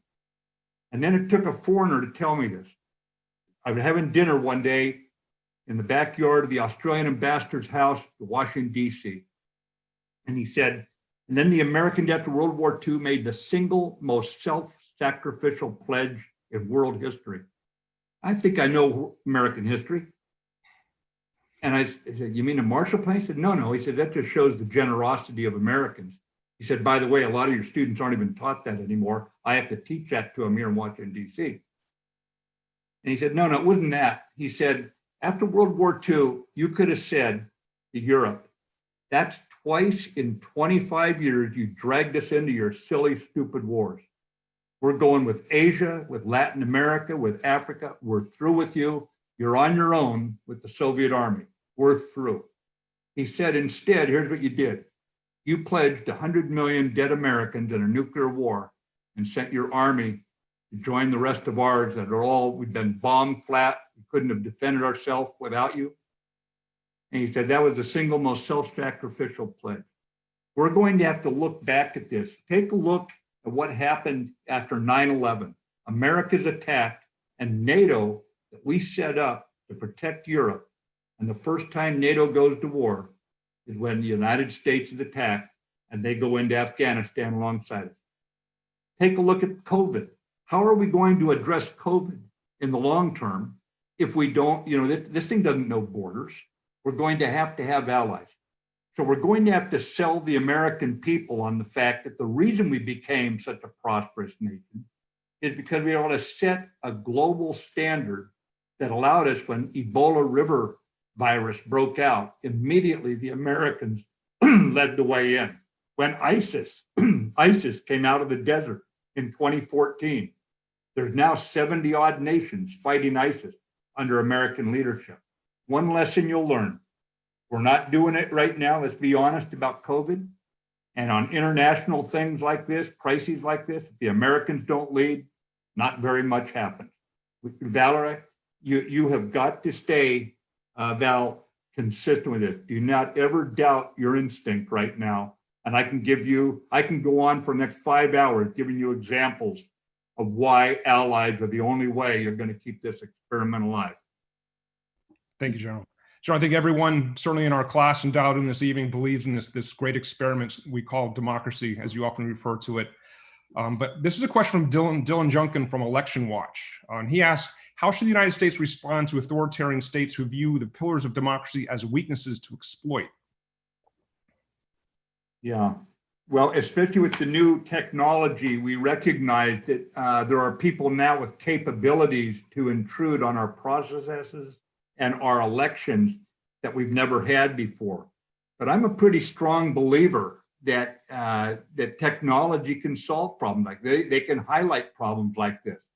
It is hard when the adversaries are bouncing robot sent messages through 5 different servers, so you don't know where they're coming from and all. But I think with 5G, I think there's a way to deal with this where we've just got to stay ahead on the technology. A lot's going to be riding on you young folks' young shoulders here to make certain that the authoritarians do not get out in front on the technology. I mean, there's a reason right now as we sit here, that the young people in Hong Kong, that the people of Taiwan do not want to be part of China. And it's not because somebody in Washington, D.C. is accusing them of something. It's because of the reality. The authoritarians will have capabilities that they've never enjoyed before, that a guy like Hitler would have loved to have. But what we have to do is make sure that our technology is enabling the human interface. And I would say those words again, enabling the human interface, so that we do not become spectators to the technology, but we stay in a controlling, advocating, and enabling role. While the technology enables us, we enable it to be used for the right reasons. But it's going to be a challenge. It'll be largely fought out on the technical ground, I think. But we also have to have leaders who can pull people together on democracy's basic principles. And there, I think we better look at our education, and are we really teaching civics in a way that is relevant to young people today? And I'm not certain we are. But let me just stop there because I want to be able to take more. Does that answer your question, Dylan, or do you want to come back at me on that one? I got a chat message that out of the park, General, as your answers tend to be. General Mattis, we have a big support team that supports our students, military mentors, advisors, industry mentors. So this is a question that comes from Colonel Leo Liebreich, who you know is a Hoover National Security Affairs Fellow, a brand new colonel, I might add. And his question is this: in your book, you state that in international affairs, he's quoting you, we have often had to choose between the lesser of two evils, and that sometimes it's necessary to strike the best balance possible between idealism and pragmatism. And Leo asks, how do you strike this difficult balance between idealism and pragmatism, and what guides you in making such decisions? Yeah, this is always a tough one. And Leo, congratulations on getting promoted. Colonel Felder, it's not like when you and I made it, they're promoting everybody nowadays. If Leo made it, for God's sakes, can you believe it? I think that you have to recognize that throughout our history, to keep this experiment alive, we've had to go at times with some pretty unsavory dudes. I mean, there's no way FDR, one of our most progressive presidents and a personal hero of mine, there's no way he said, oh, good, I get to work with Joe Stalin this week. That's not the way it happened. You know what I mean? He had to work with Joseph Stalin, who'd murdered millions of his own countrymen and was just a terrible, loathsome human being. But we had to do it. Nowadays, what we have to do is we have to look at what is the threat. I'll give you an example. There was a while there back in the 1960s when Korea was a dictatorship. There's no way, no two ways about it. But they never tried to export the dictatorship. And we just kept working with Korea, kept working with them. Our military was there. Our military is unapologetic about civilian control of our military. They're unapologetic about democratic principles. And we just kept working with them, even though some people said we shouldn't be helping this dictatorship. Look at them today, a vibrant democracy. They made it through. There are times we forget that some of the nations we work with, they just came out from underneath colonialism 1 or 2 generations ago. They don't have 600 years of the Magna Carta traditions. And so, first of all, be a little humble. We were really, really lucky, and we still don't have it right. As we all know right now, not one of us would argue that America has reached some nirvana of perfection. So keep a little humility, be willing to work with others, never apologize for what we believe in. Always we're trying to do better, but at the same time, America needs to survive. And therein, when the person at the top says, we've got to work with somebody like this, make sure the Congress is watching it and keeping a good close eye on it, have good arguments about it. But there are times that you're simply going to have to learn that you don't get the choice between a morally perfect and a morally bad government. Oftentimes, people are caught in mid-stride somewhere in there, and you've got to deal with it. But it doesn't mean you ever surrender your ideas either. And I was never apologetic or half-stepping when I walked into people's offices overseas, even if they were called Your Majesty or Mr. Prime Minister or Mr. President or anything else. You know, we're the Americans, and we believe in the dignity of the individual and the human rights.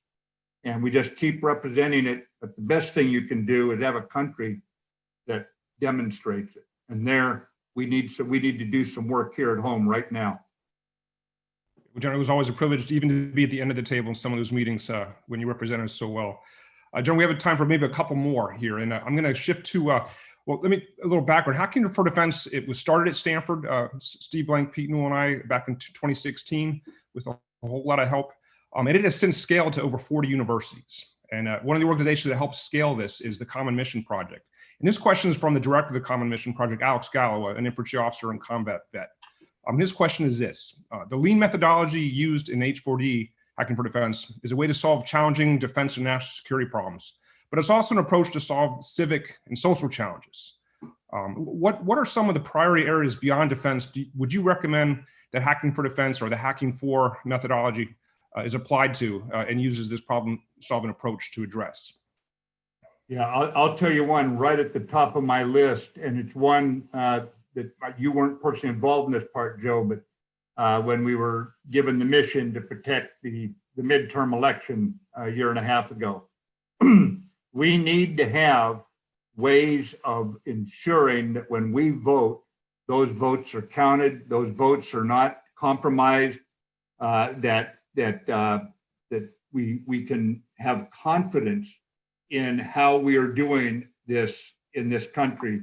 Because right now we know that in many ways, the authoritarians just want everyone to doubt that we know what we're doing, that we can run a fair election. They don't care, frankly, I don't think, who wins. They just want to make certain that none of us believe in our processes, in our systems, that democracy cannot work. So as we look at this, how do you enable the human interface between that machine, computer, if they're voting from home or whatever, and the people doing the counting and displaying that data, that it not be compromised, manipulated, or anything like that. I would put that one right up at the very top. That's as important to me as defense against enemy missiles. Because if we ever lose the sense that we trust the results of our elections, then everything that follows is subject to questioning and a loss of confidence. I can go on with some others too, but that's the one that I would throw out right away to say, we need this, and it's not going to be something that the military, that we can always provide through the Cyber Command and US Cyber Command and other organizations. We'll do our best to protect and firewall and stop people and that sort of thing.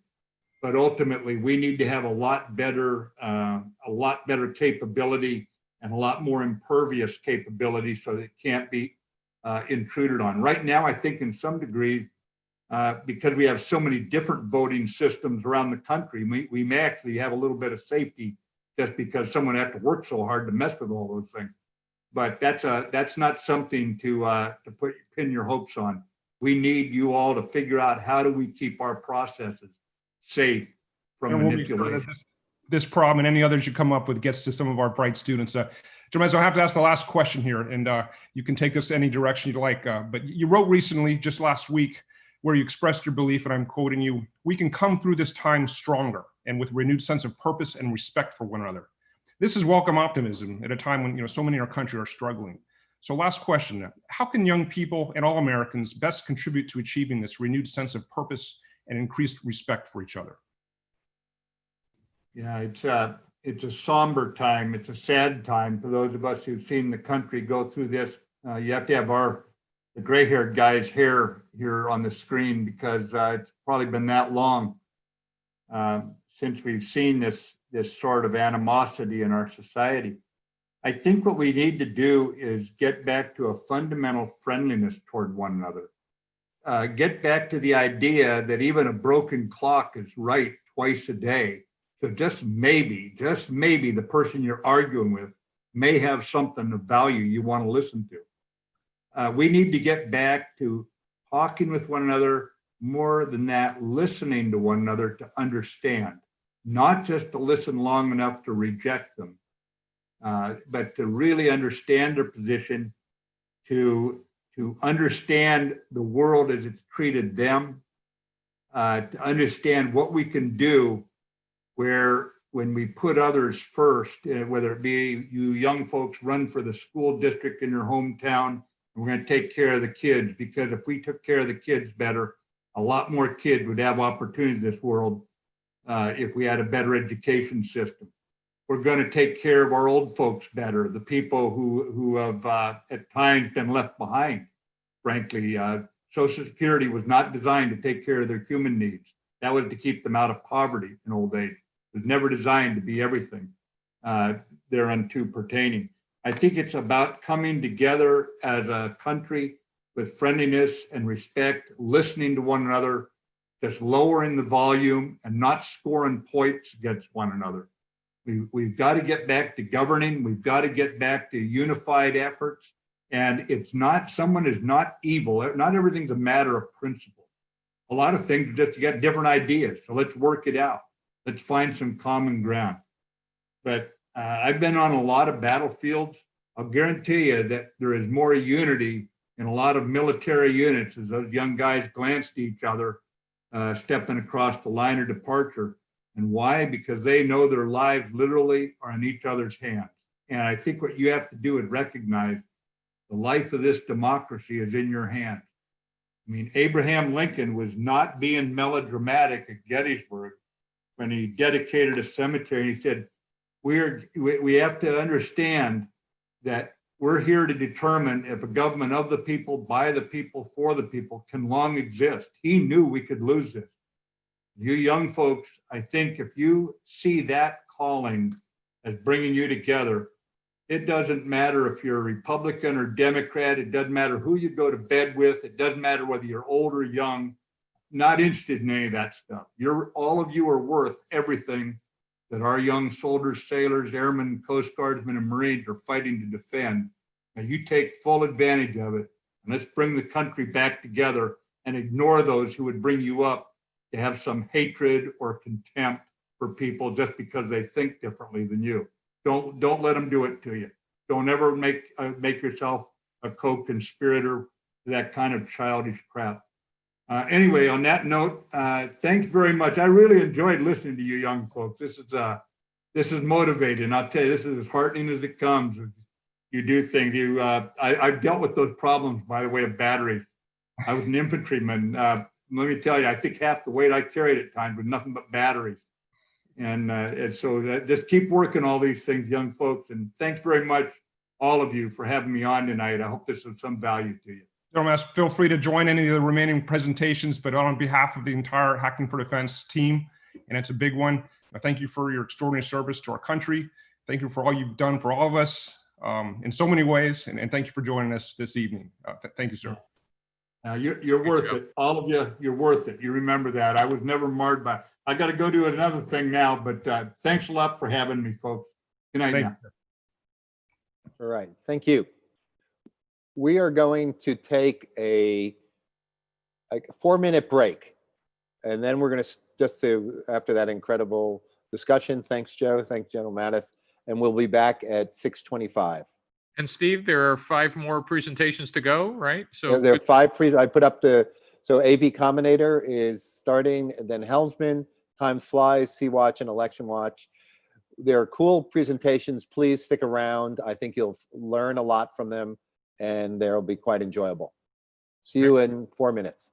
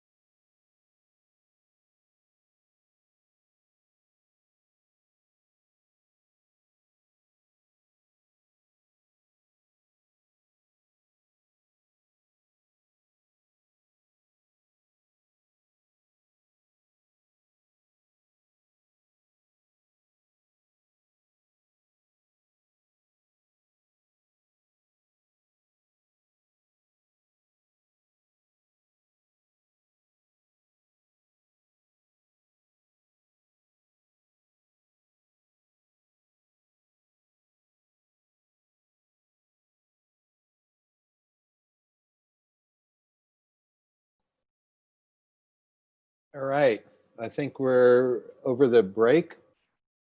I just wanted to say for the teams who are presenting, just a reminder, please spend a few seconds in introducing, stay on your first slide, and just introduce your problem and what your team name is and who you are, and don't rush to go through it. Just so it sets context for everybody, because we have, you know, there are going to be 5 presentations, one after the other, and it just gives people time to get some context. So Sam, if you could start the video, I think, for Team AV Combinator. Hi, I'm Michael Niemat. I'm a first-year MBA student from Honolulu, Hawaii. Hi everyone, my name is Julius Niehaus and I'm a first-year MBA student from Germany. Hi, I'm Richard Sun. I'm a third-year law student from New Jersey. Hey, I'm Troy Lawrence. I'm from San Diego and I'm a sophomore studying computer science and electrical engineering. Hi, I'm Jen Hu. I'm currently a junior studying international relations and management science and engineering, and I'm from Singapore. And together we are AV Combinator. As you can see, our team has a varied set of backgrounds which helped our ability to think about and attack the problem. I met the team virtually back in February when we were putting the application together. In fact, I've never met any of them in person yet. I was studying abroad in Germany, learning a little bit more about the automotive industry. And when I saw this problem statement and Julius's background, I was drawn to the team. Our first conversation was in German, and our virtual meeting helped us make the transition during COVID. Our ability to work well together ended up mattering a great deal. Our problem statement from our sponsor could have resulted in us boiling the ocean. While interesting, we all wanted to build something concrete. Because we were on the same page of building something meaningful by the end of the quarter, we quickly managed to narrow down the scope of our problem. Our efforts were significantly aided by Dr. Mark Rosekind, who served as an external advisor to our team. Through Dr. Rosekind, we were able to narrow a focus on safety. Safety is both an end in itself and a gating mechanism to many of the other benefits of autonomous driving. We wanted our solution to be meaningful and actionable by all levels of government. We wanted a solution that combined existing solutions grounded in practice and new solutions that reflected the complexities of autonomous driving. As a result, we developed the Autonomous Vehicle Modular Safety Suite. And we are excited to share with you our journey and lessons learned today.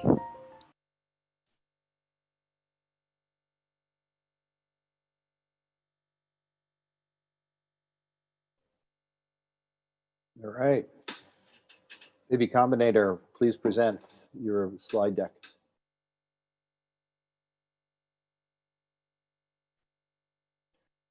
Yes, we're having a little technical difficulties.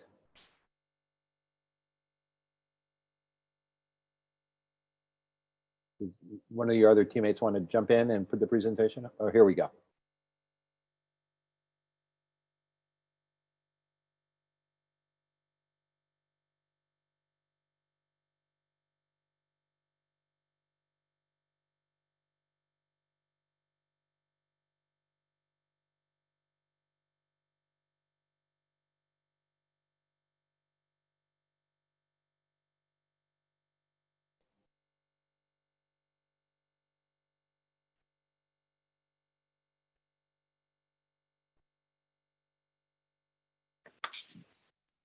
All right, Richard, go for it.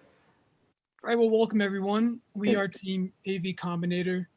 And now that you've heard a little bit about who we are, we want to tell you about what we've done and what we are doing.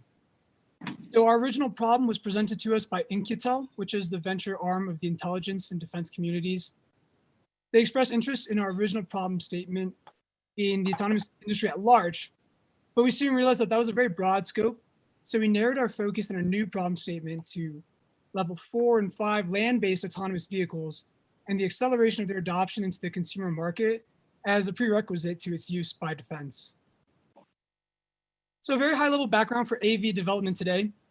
Level 4 and 5 autonomy means no human intervention is necessary, and many intelligent engineers have accounted for 90% of occurrences in a normal daily drive, but it is that last 10%, especially that last 1%, which takes 90% of the work, as they have to deal with difficult edge cases such as vision during blizzards and other unaccounted for events. And since AVs deal with human lives, 90% is just not enough for deployment, which is why we can see where AV technology lands on that hype cycle. Because after its initial enthusiasm, industry began to come across the immense challenges associated with its development.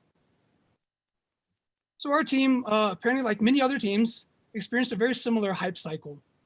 We started off strong, meeting with In-Q-Tel, interviewing right off the bat a bunch of players in the sphere, and talking about what we each individually hoped to gain from the course.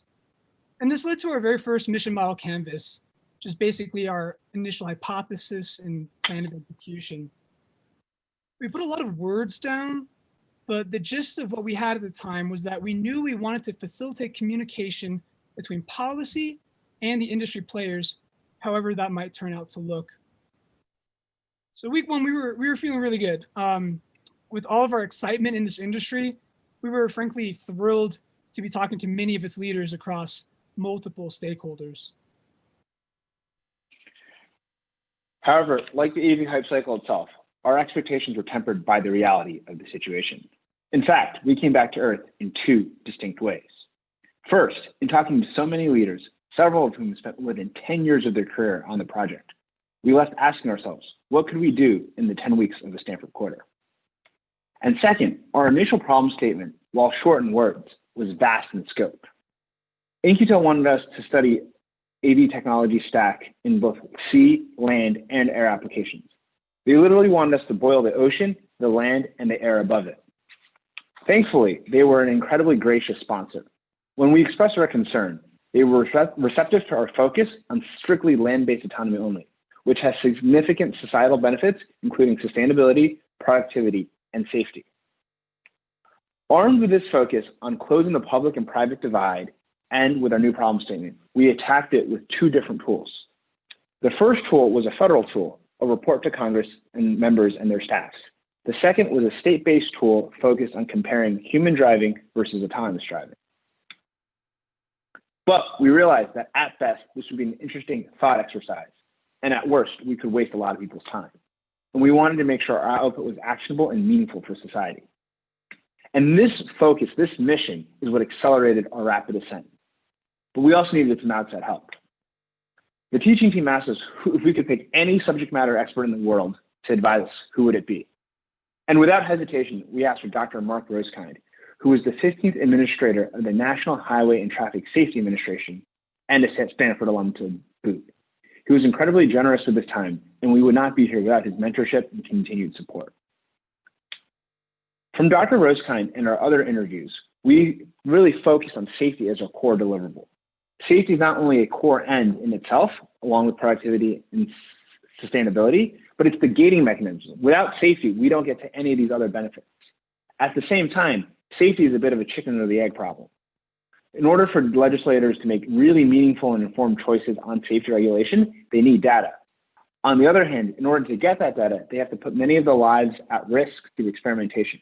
And that is simply not acceptable from a policymaking point of view. Instead, we developed the first of its kind modular safety suite. Through this safety suite, we rely on traditional safety metrics and vehicle crash testing that already exist, plus new safety metrics, new databases, and new practices. And what we do is we allow different jurisdictions to sub in and sub out different modules as they see fit to achieve their goals, their needs, and their vision.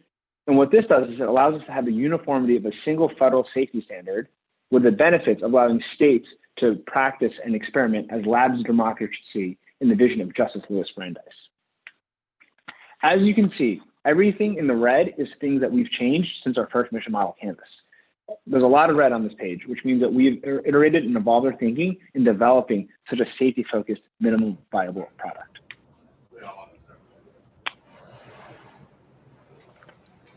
Thanks, Richard. After we came to consensus on a new safety-focused MVP, things really started to pick up in the last few weeks of class. We ran our modular safety suite approach by potential go-to-market partners and received incredibly positive and valuable feedback that the approach was indeed unique and value additive. Additionally, they requested that we reach back out to them once the concept was better fleshed out. Based on the feedback and additional interviews, we continue to refine the concept and finalize our core deliverables.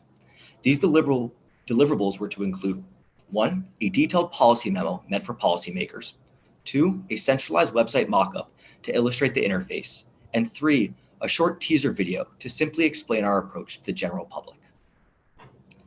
However, as we continue to dive deeper into the world of AV safety, we identified established safety industry players with potentially competitive proposals to ours. While ours was still unique in its large systems approach, they were all clearly working towards the same end goal. Yet, despite the existence of these competing frameworks, we were not disheartened. Even though these established industry players were better positioned than a team of 5 Stanford students working on a class project, none of these established players had yet to gain significant traction in the space. This problem isn't just about coming up with the best approach to AV safety. It's about overcoming significant non-market challenges to convince all relevant beneficiaries with varying priorities of the value of a singular approach. The connections that we made through this class, as well as our independent and unbiased standing, could in fact be an advantage for us moving forward. Leveraging these advantages, though, would not be easy. This was now as much of a marketing and communications problem as it was a conceptual framework problem. Additionally, it was no longer one that could be achieved over the course of a single quarter. This realization forced us to think about the future of our team. We are all deeply passionate and interested in the AV space and recognize the value that our proposal could have for the lives of many. As a result, despite us all having internships or full-time offers this summer, our plan is to apply for the H4X labs and continue working together as a team to build out the MVP and forge the best marketing and comms plan in the entire space. And if successful, there might even be a unicorn startup focused on safety auditing and or certification at the end of this experience. None of this would have been possible without the incredible support and sometimes a kick in the pants from our incredible teaching team, project sponsors, and advisors. Thank you all for an incredible learning experience and quarter. All right, congratulations, team. Good going. All right, thank you very much. Next team up is Helmsman.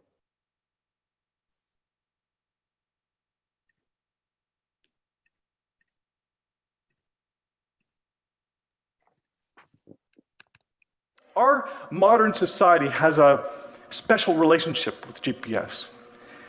We're almost blindly reliant on it. It's built deeply into our systems and infrastructure. Some call it the invisible utility.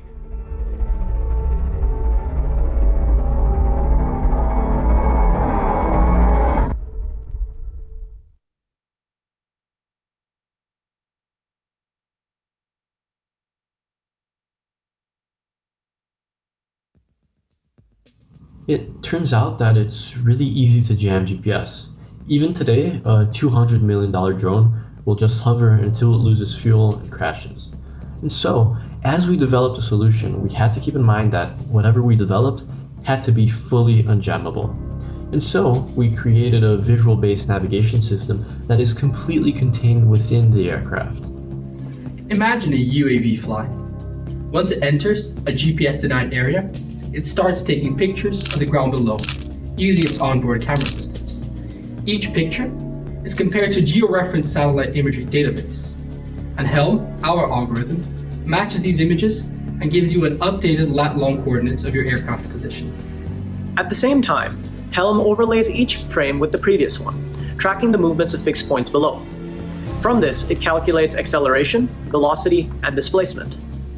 It's like looking out of a plane window and seeing how the ground moves below you. This tech doesn't just work with the visible spectrum.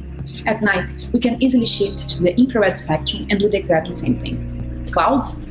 Helm uses the synthetic aperture radar on board instead, and navigates as self-driving cars do with LiDAR. The best part is that all this hardware is already on board. We are just deploying software. As such, Helm provides an alternative to navigate within GPS-denied areas, so that UAVs can at least return to base. But not only that, Helm's 1 meter lat-long accuracy enables mission completion.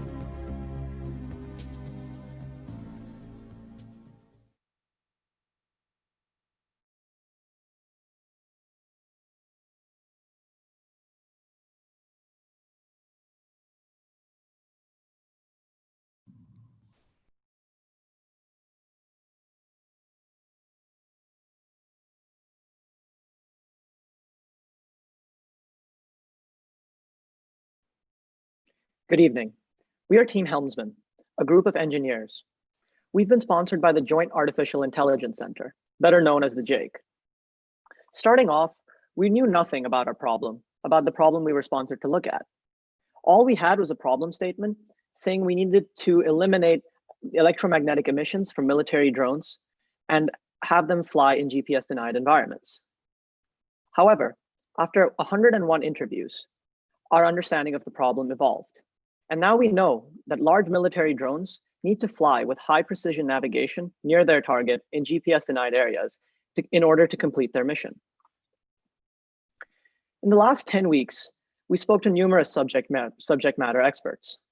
Our 101 interviews included 28 active UAV and fighter pilots, 15 navigation experts from leading research institutions across the country, 30 military contractors and UAV manufacturers, and 14 program managers and acquisitions and requirements officers in the military. The last 10 weeks were a real roller coaster ride, with many ups and downs as our understanding of the problem changed, our focus shifted, and our ideas for solutions hit dead ends. In this presentation, we'll walk you through this journey. The first week, we had a lot of hypotheses. So we decided to start by really understanding our beneficiaries, their routines, their jobs, their pains, and their gains. Early during the beneficiary discovery process, our problem sponsor, Major Daniel Tadros from the Joint Artificial Intelligence Center, precisely summarized that the problem is that UAVs have no way to navigate in GPS-denied environments. Digging a bit deeper, we learned that the challenges in UAV navigation are actually comprised of two different segments, overland and oversea. More specifically, in this representative mission, after takeoff, the UAV engages in what we call waypoint navigation. The whole idea here is the navigation between your takeoff and your target destination. This would occur over the ocean, and it requires 100-meter precision in your lat-long coordinates. The reason for this is basically as if you know the direction you're going, and if you're going the right direction, you'll eventually get to your target. However, once you get to your target, that's when you get in the terminal phase navigation. This occurs over land and requires 1 meter lat-long precision. And so in the very beginning of the class, we attempted to solve both segments, but nothing actually satisfied all requirements. We started by looking into measuring magnetism for navigation, but the magnetic field maps just aren't accurate enough. We also looked at dedicated radio signals, also known as LORAN, but unfortunately that is jammable and was decommissioned. We also took the approach for looking for cellular towers, also known as signals of opportunity. But as it turns out, those are geographically dependent, and so it's unreliable. And last, we even considered measuring gravity for navigation, but the sensors just aren't accurate enough. And so because of this, because no dual solution worked, our morale went down the first week. And as a result, we decided to pivot. More specifically, we were going to focus our efforts in oversea waypoint navigation only. After talking to a senior engineer at BAE Systems, he said that waypoint navigation is the first bottleneck, and that target area navigation, also known as terminal navigation, is only really becomes a problem if you're able to get to your target. And so this indicated to us that we were focusing on the right problem, which is waypoint navigation. Furthermore, we also found celestial navigation using a digital sextant and found that it's actually quite promising. As we looked a little further, however, we were both surprised and disappointed that Draper Labs has been developing Skymark, a celestial navigation-based solution that virtually solved this overwater problem. Essentially, we were on the right track, but just a little too late.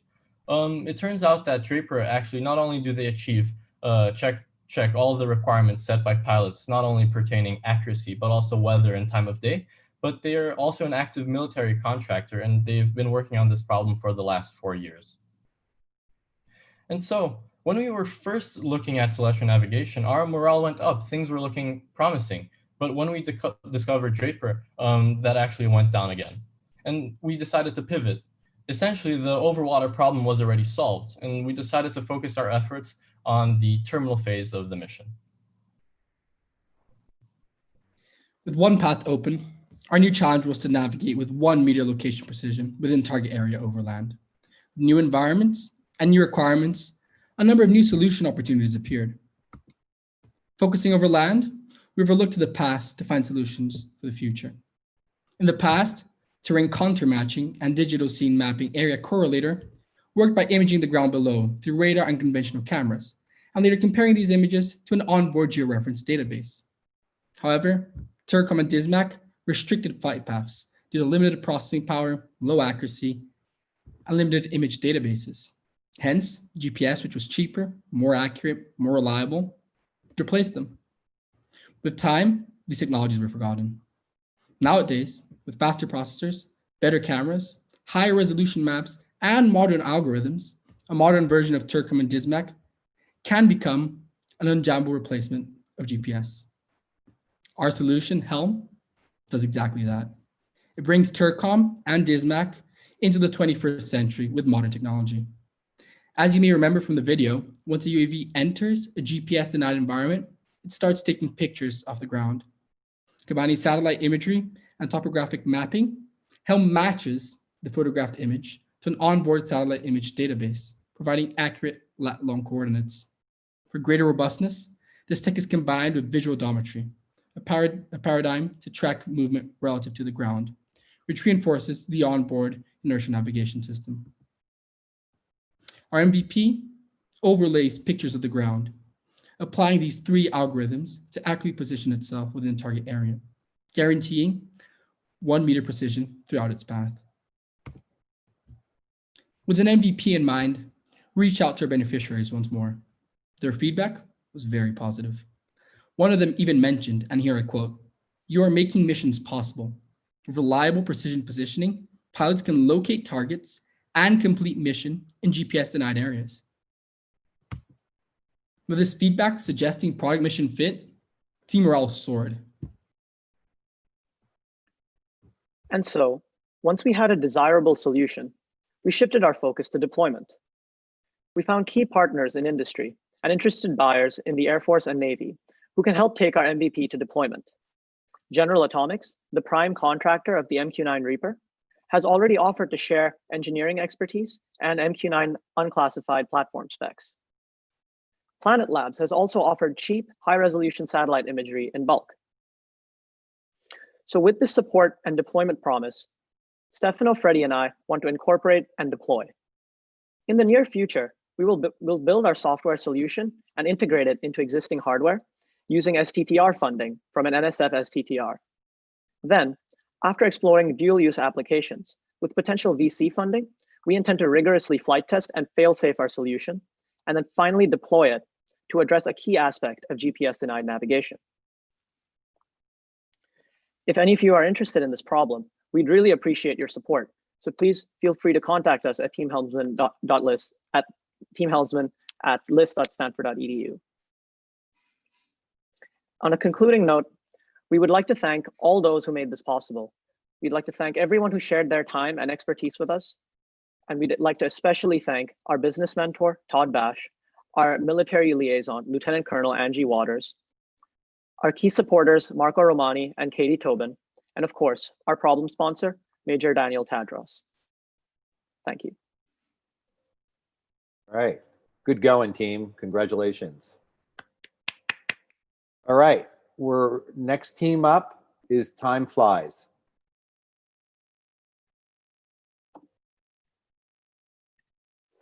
Time flies.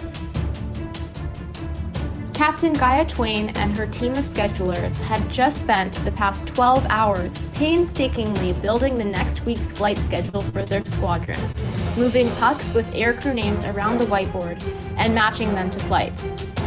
They had also spent hours contacting the crew to confirm their availability and double-checking that all flight requirements were met.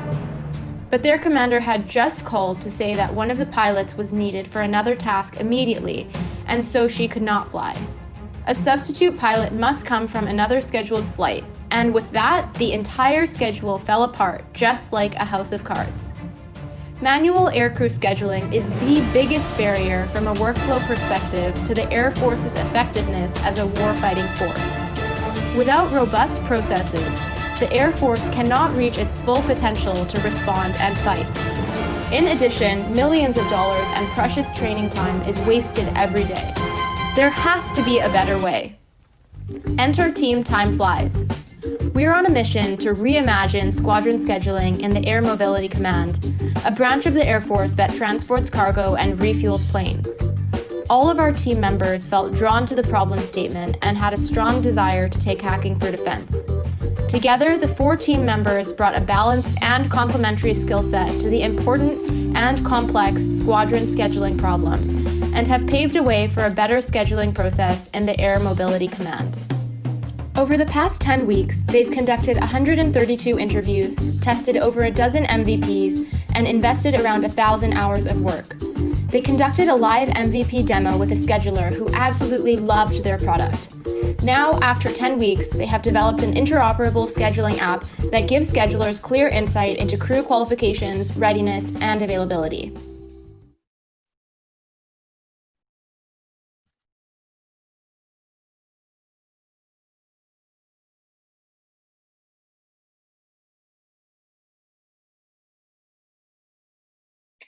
Good evening, everyone. Thanks very much for being here today to listen to our presentation.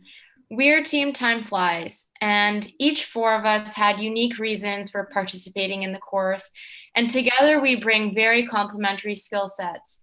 Altogether, we have operations research expertise, military experience, computer science expertise, and experience in business and public policy. We conducted 132 interviews across several groups. 88 of those were with military beneficiaries, which means that almost 70% of our interviews came from the end user. At the beginning, our hypothesis was that information security was the main problem facing schedulers, and that aircrew wanted to be able to input their information from anywhere, but information security was getting in the way. We got feedback from the teaching team that we were jumping to conclusions rather quickly without first conducting customer discovery and really understanding the problem. And so we turned our attention to in-depth customer discovery instead.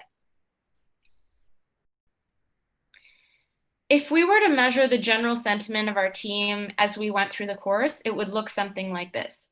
At the beginning, we felt overwhelmed by the problem and started at a somewhat low point.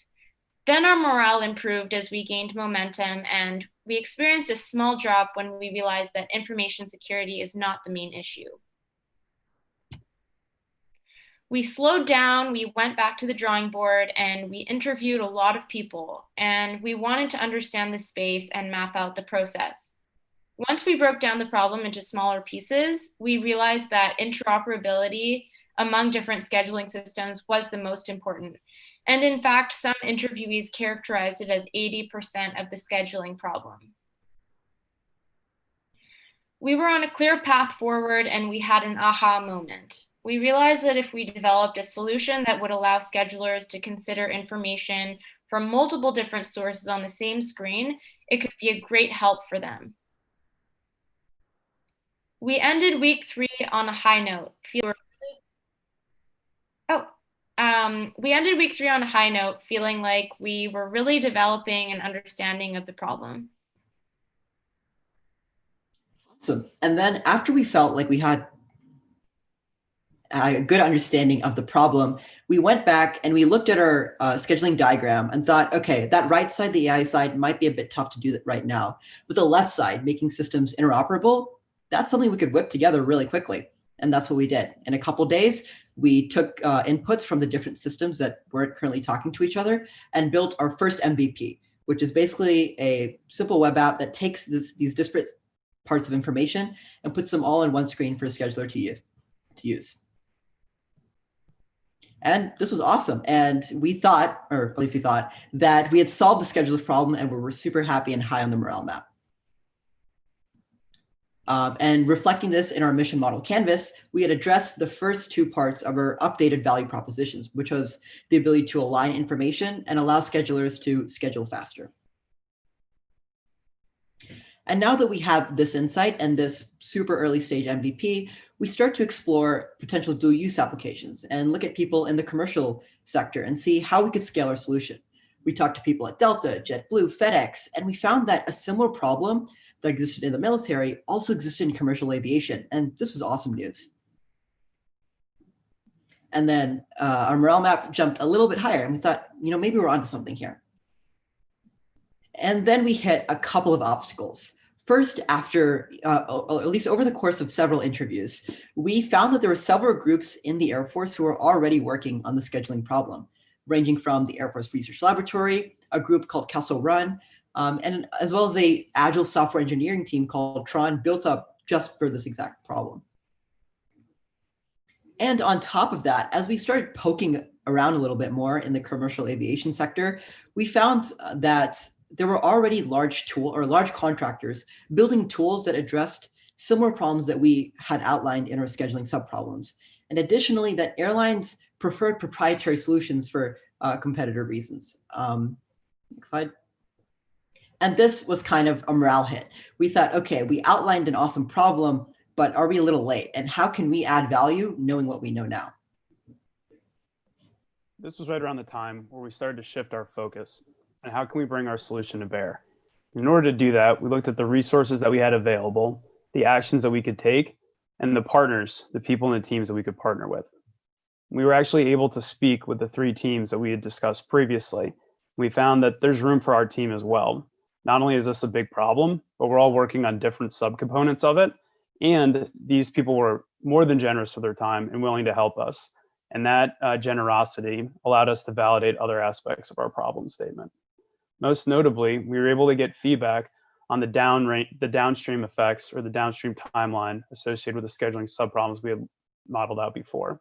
The schedulers were very focused on inputting all of this data onto one screen, but the higher echelons of command were more concerned about how to react to changes quickly and how to use data to make more informed decisions.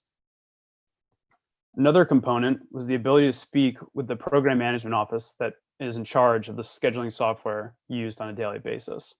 And by getting this demonstration, we were able to validate that there were places where our team could provide an easy solution for the schedulers. Our conversations also took us to people that lead in the finance and strategy on the private sector, as well as the innovation side of the government and the Air Force. All of the people we spoke with noted that this is a big problem, but they also noted that it's difficult to execute the research, the R&D, as well as the customer discovery that we had just spent 10 weeks doing in over 130 interviews. This made our team subject matter experts in a problem area that was incredibly important. At this point, we saw that we understood the space, there was room for our team, and we had the ability to add value with our product. At this point, we had developed an understanding of 2 broad parts of the problem, interoperability and analytics. The former was the most pressing, and so we started to build an MVP around it.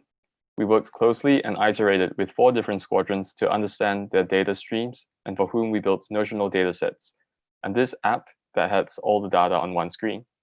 Finally, we had the opportunity to validate the functionality of it in a live demo with a scheduler who was very excited about it and confirmed that he would want to use it. Now, in week 10, we think we have a strong understanding of a good path forward and what is needed in an app to be useful for a scheduler.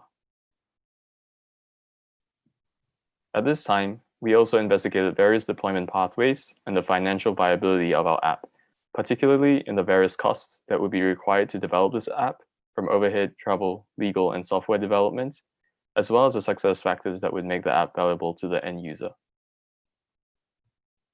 So what's next for Time Flies? After 132 interviews, we have developed a deep understanding of the problem space in squadron flight scheduling. We intend to continue to develop this project after the class is over across the summer. We have a compelling demo that schedulers want, but it is only the first part. There's still an analytics portion, among other applications. We look to deploy our solution through funding organizations such as H4X Labs and AFWorks, and to first strengthen our strategic value through exploring the commercial space. And so we plan to speak with players such as Jefferson and JetBlue to find a related application for our solution there. Thank you. Thank you very much. Good going, team. Congrats. Next up is Seawatch.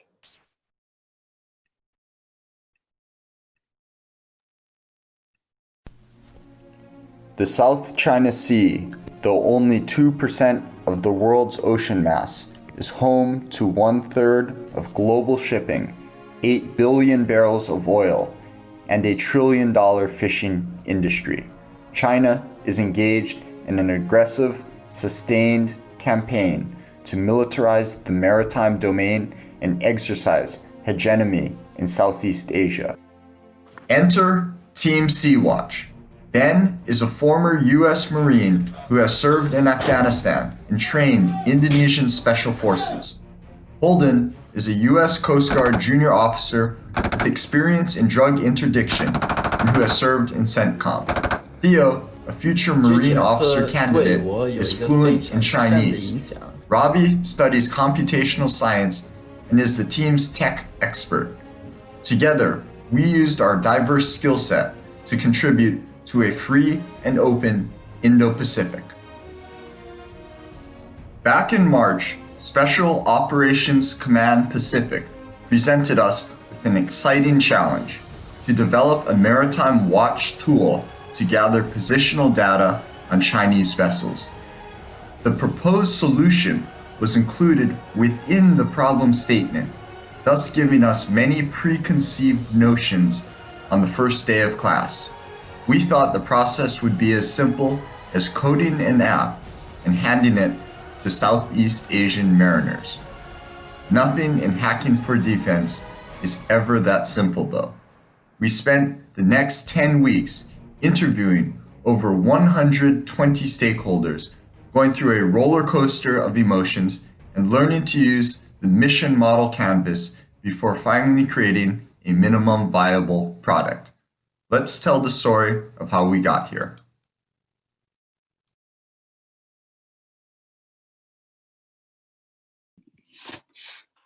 Hello, everyone. My name is Robbie, and together with Holden, Ben, and Theo, we are Team Seawatch. Our original problem, presented to us by Special Operations Command Pacific, was to build a maritime neighborhood watch tool. However, after 121 interviews, we discovered that SOCPAC's real problem was that they did not have an unclassified means of locating Chinese ships and distributing that information to partners. Our 121 interviews span multiple agencies within the Departments of Defense and State, as well as covering nonprofits, technology companies, and residents and experts in the Philippines.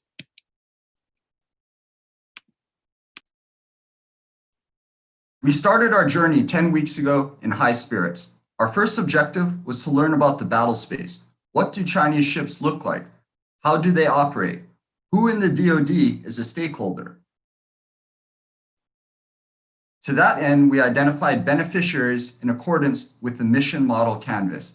Indo-PACOM, SOCPAC, and the Southeast Asian countries all would gain value by having a low-end maritime domain awareness product.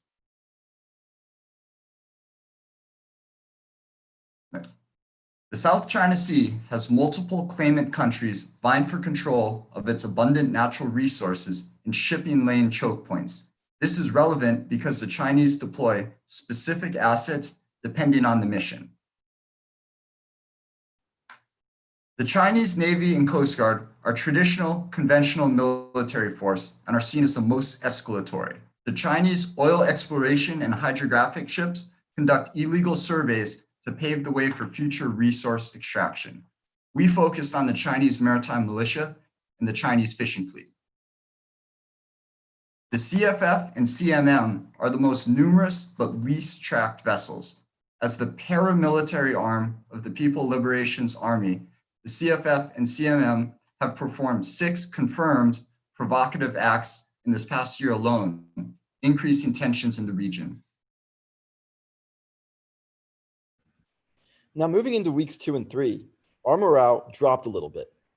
This is because we finally realized how complex this problem really is. Now in weeks 2 and 3, we really wanted to understand the technologies that were in this space already.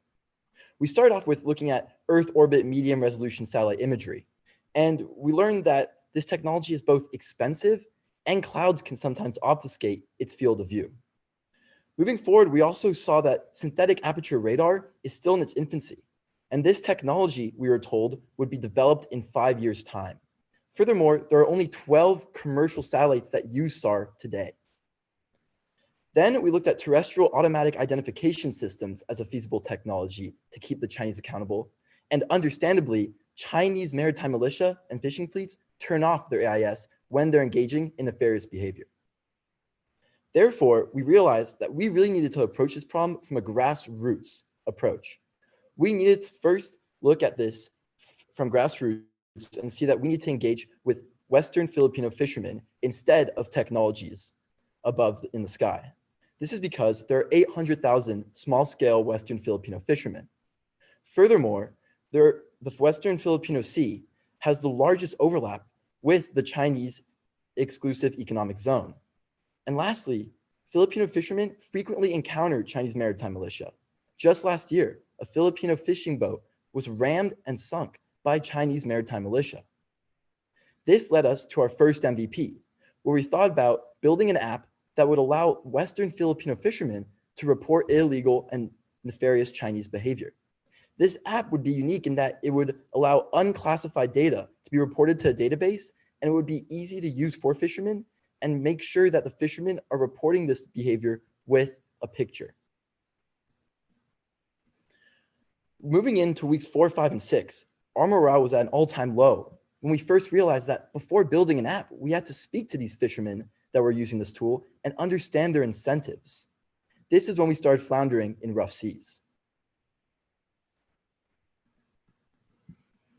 Our new MVP was going to be a key leader engagement program that would connect these local fishermen that would be using this tool to the local embassies and State Department attachés who would be communicating with them.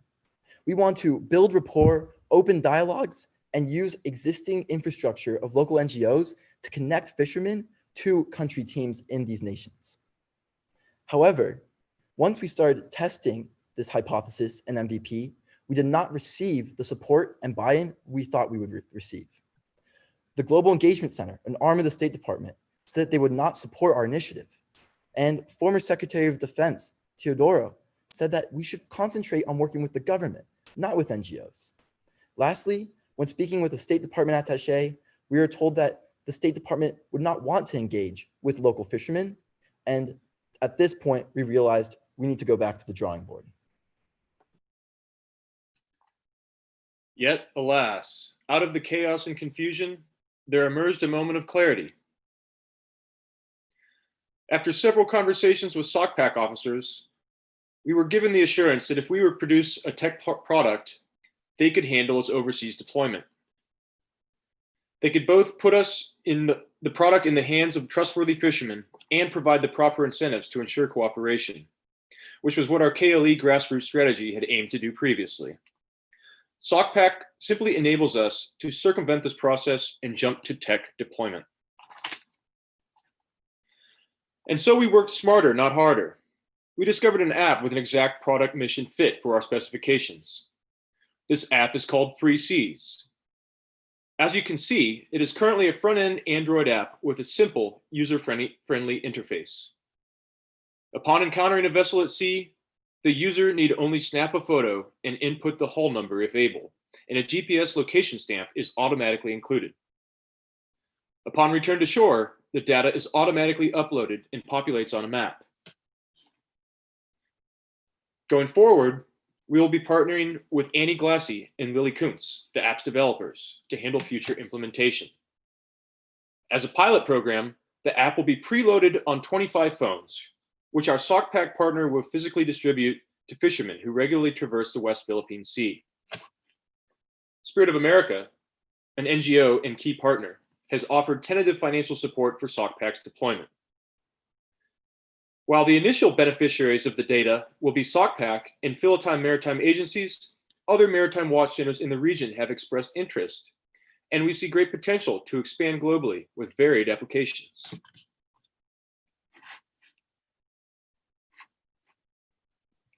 Moving into weeks 9 and 10, our team's morale was as high as it has ever been, as we saw that we had a product mission fit. All 6 of us will continue working on this project in some capacity over this summer, as we look forward to a temporary rollout in the Philippines. Our team is currently looking for a full stack developer as well as angel investment in the realm of $20,000. So if any of our distinguished watchers tonight could help us on either of these fronts, we'd very much appreciate your help. Finally, we'd like to thank everyone who helped us with this project. Over 100 individuals agreed to interview with us. And in addition, we were extremely lucky to have an incredibly helpful support team of mentors that helped us along our journey. Thank you all for listening very much. All right.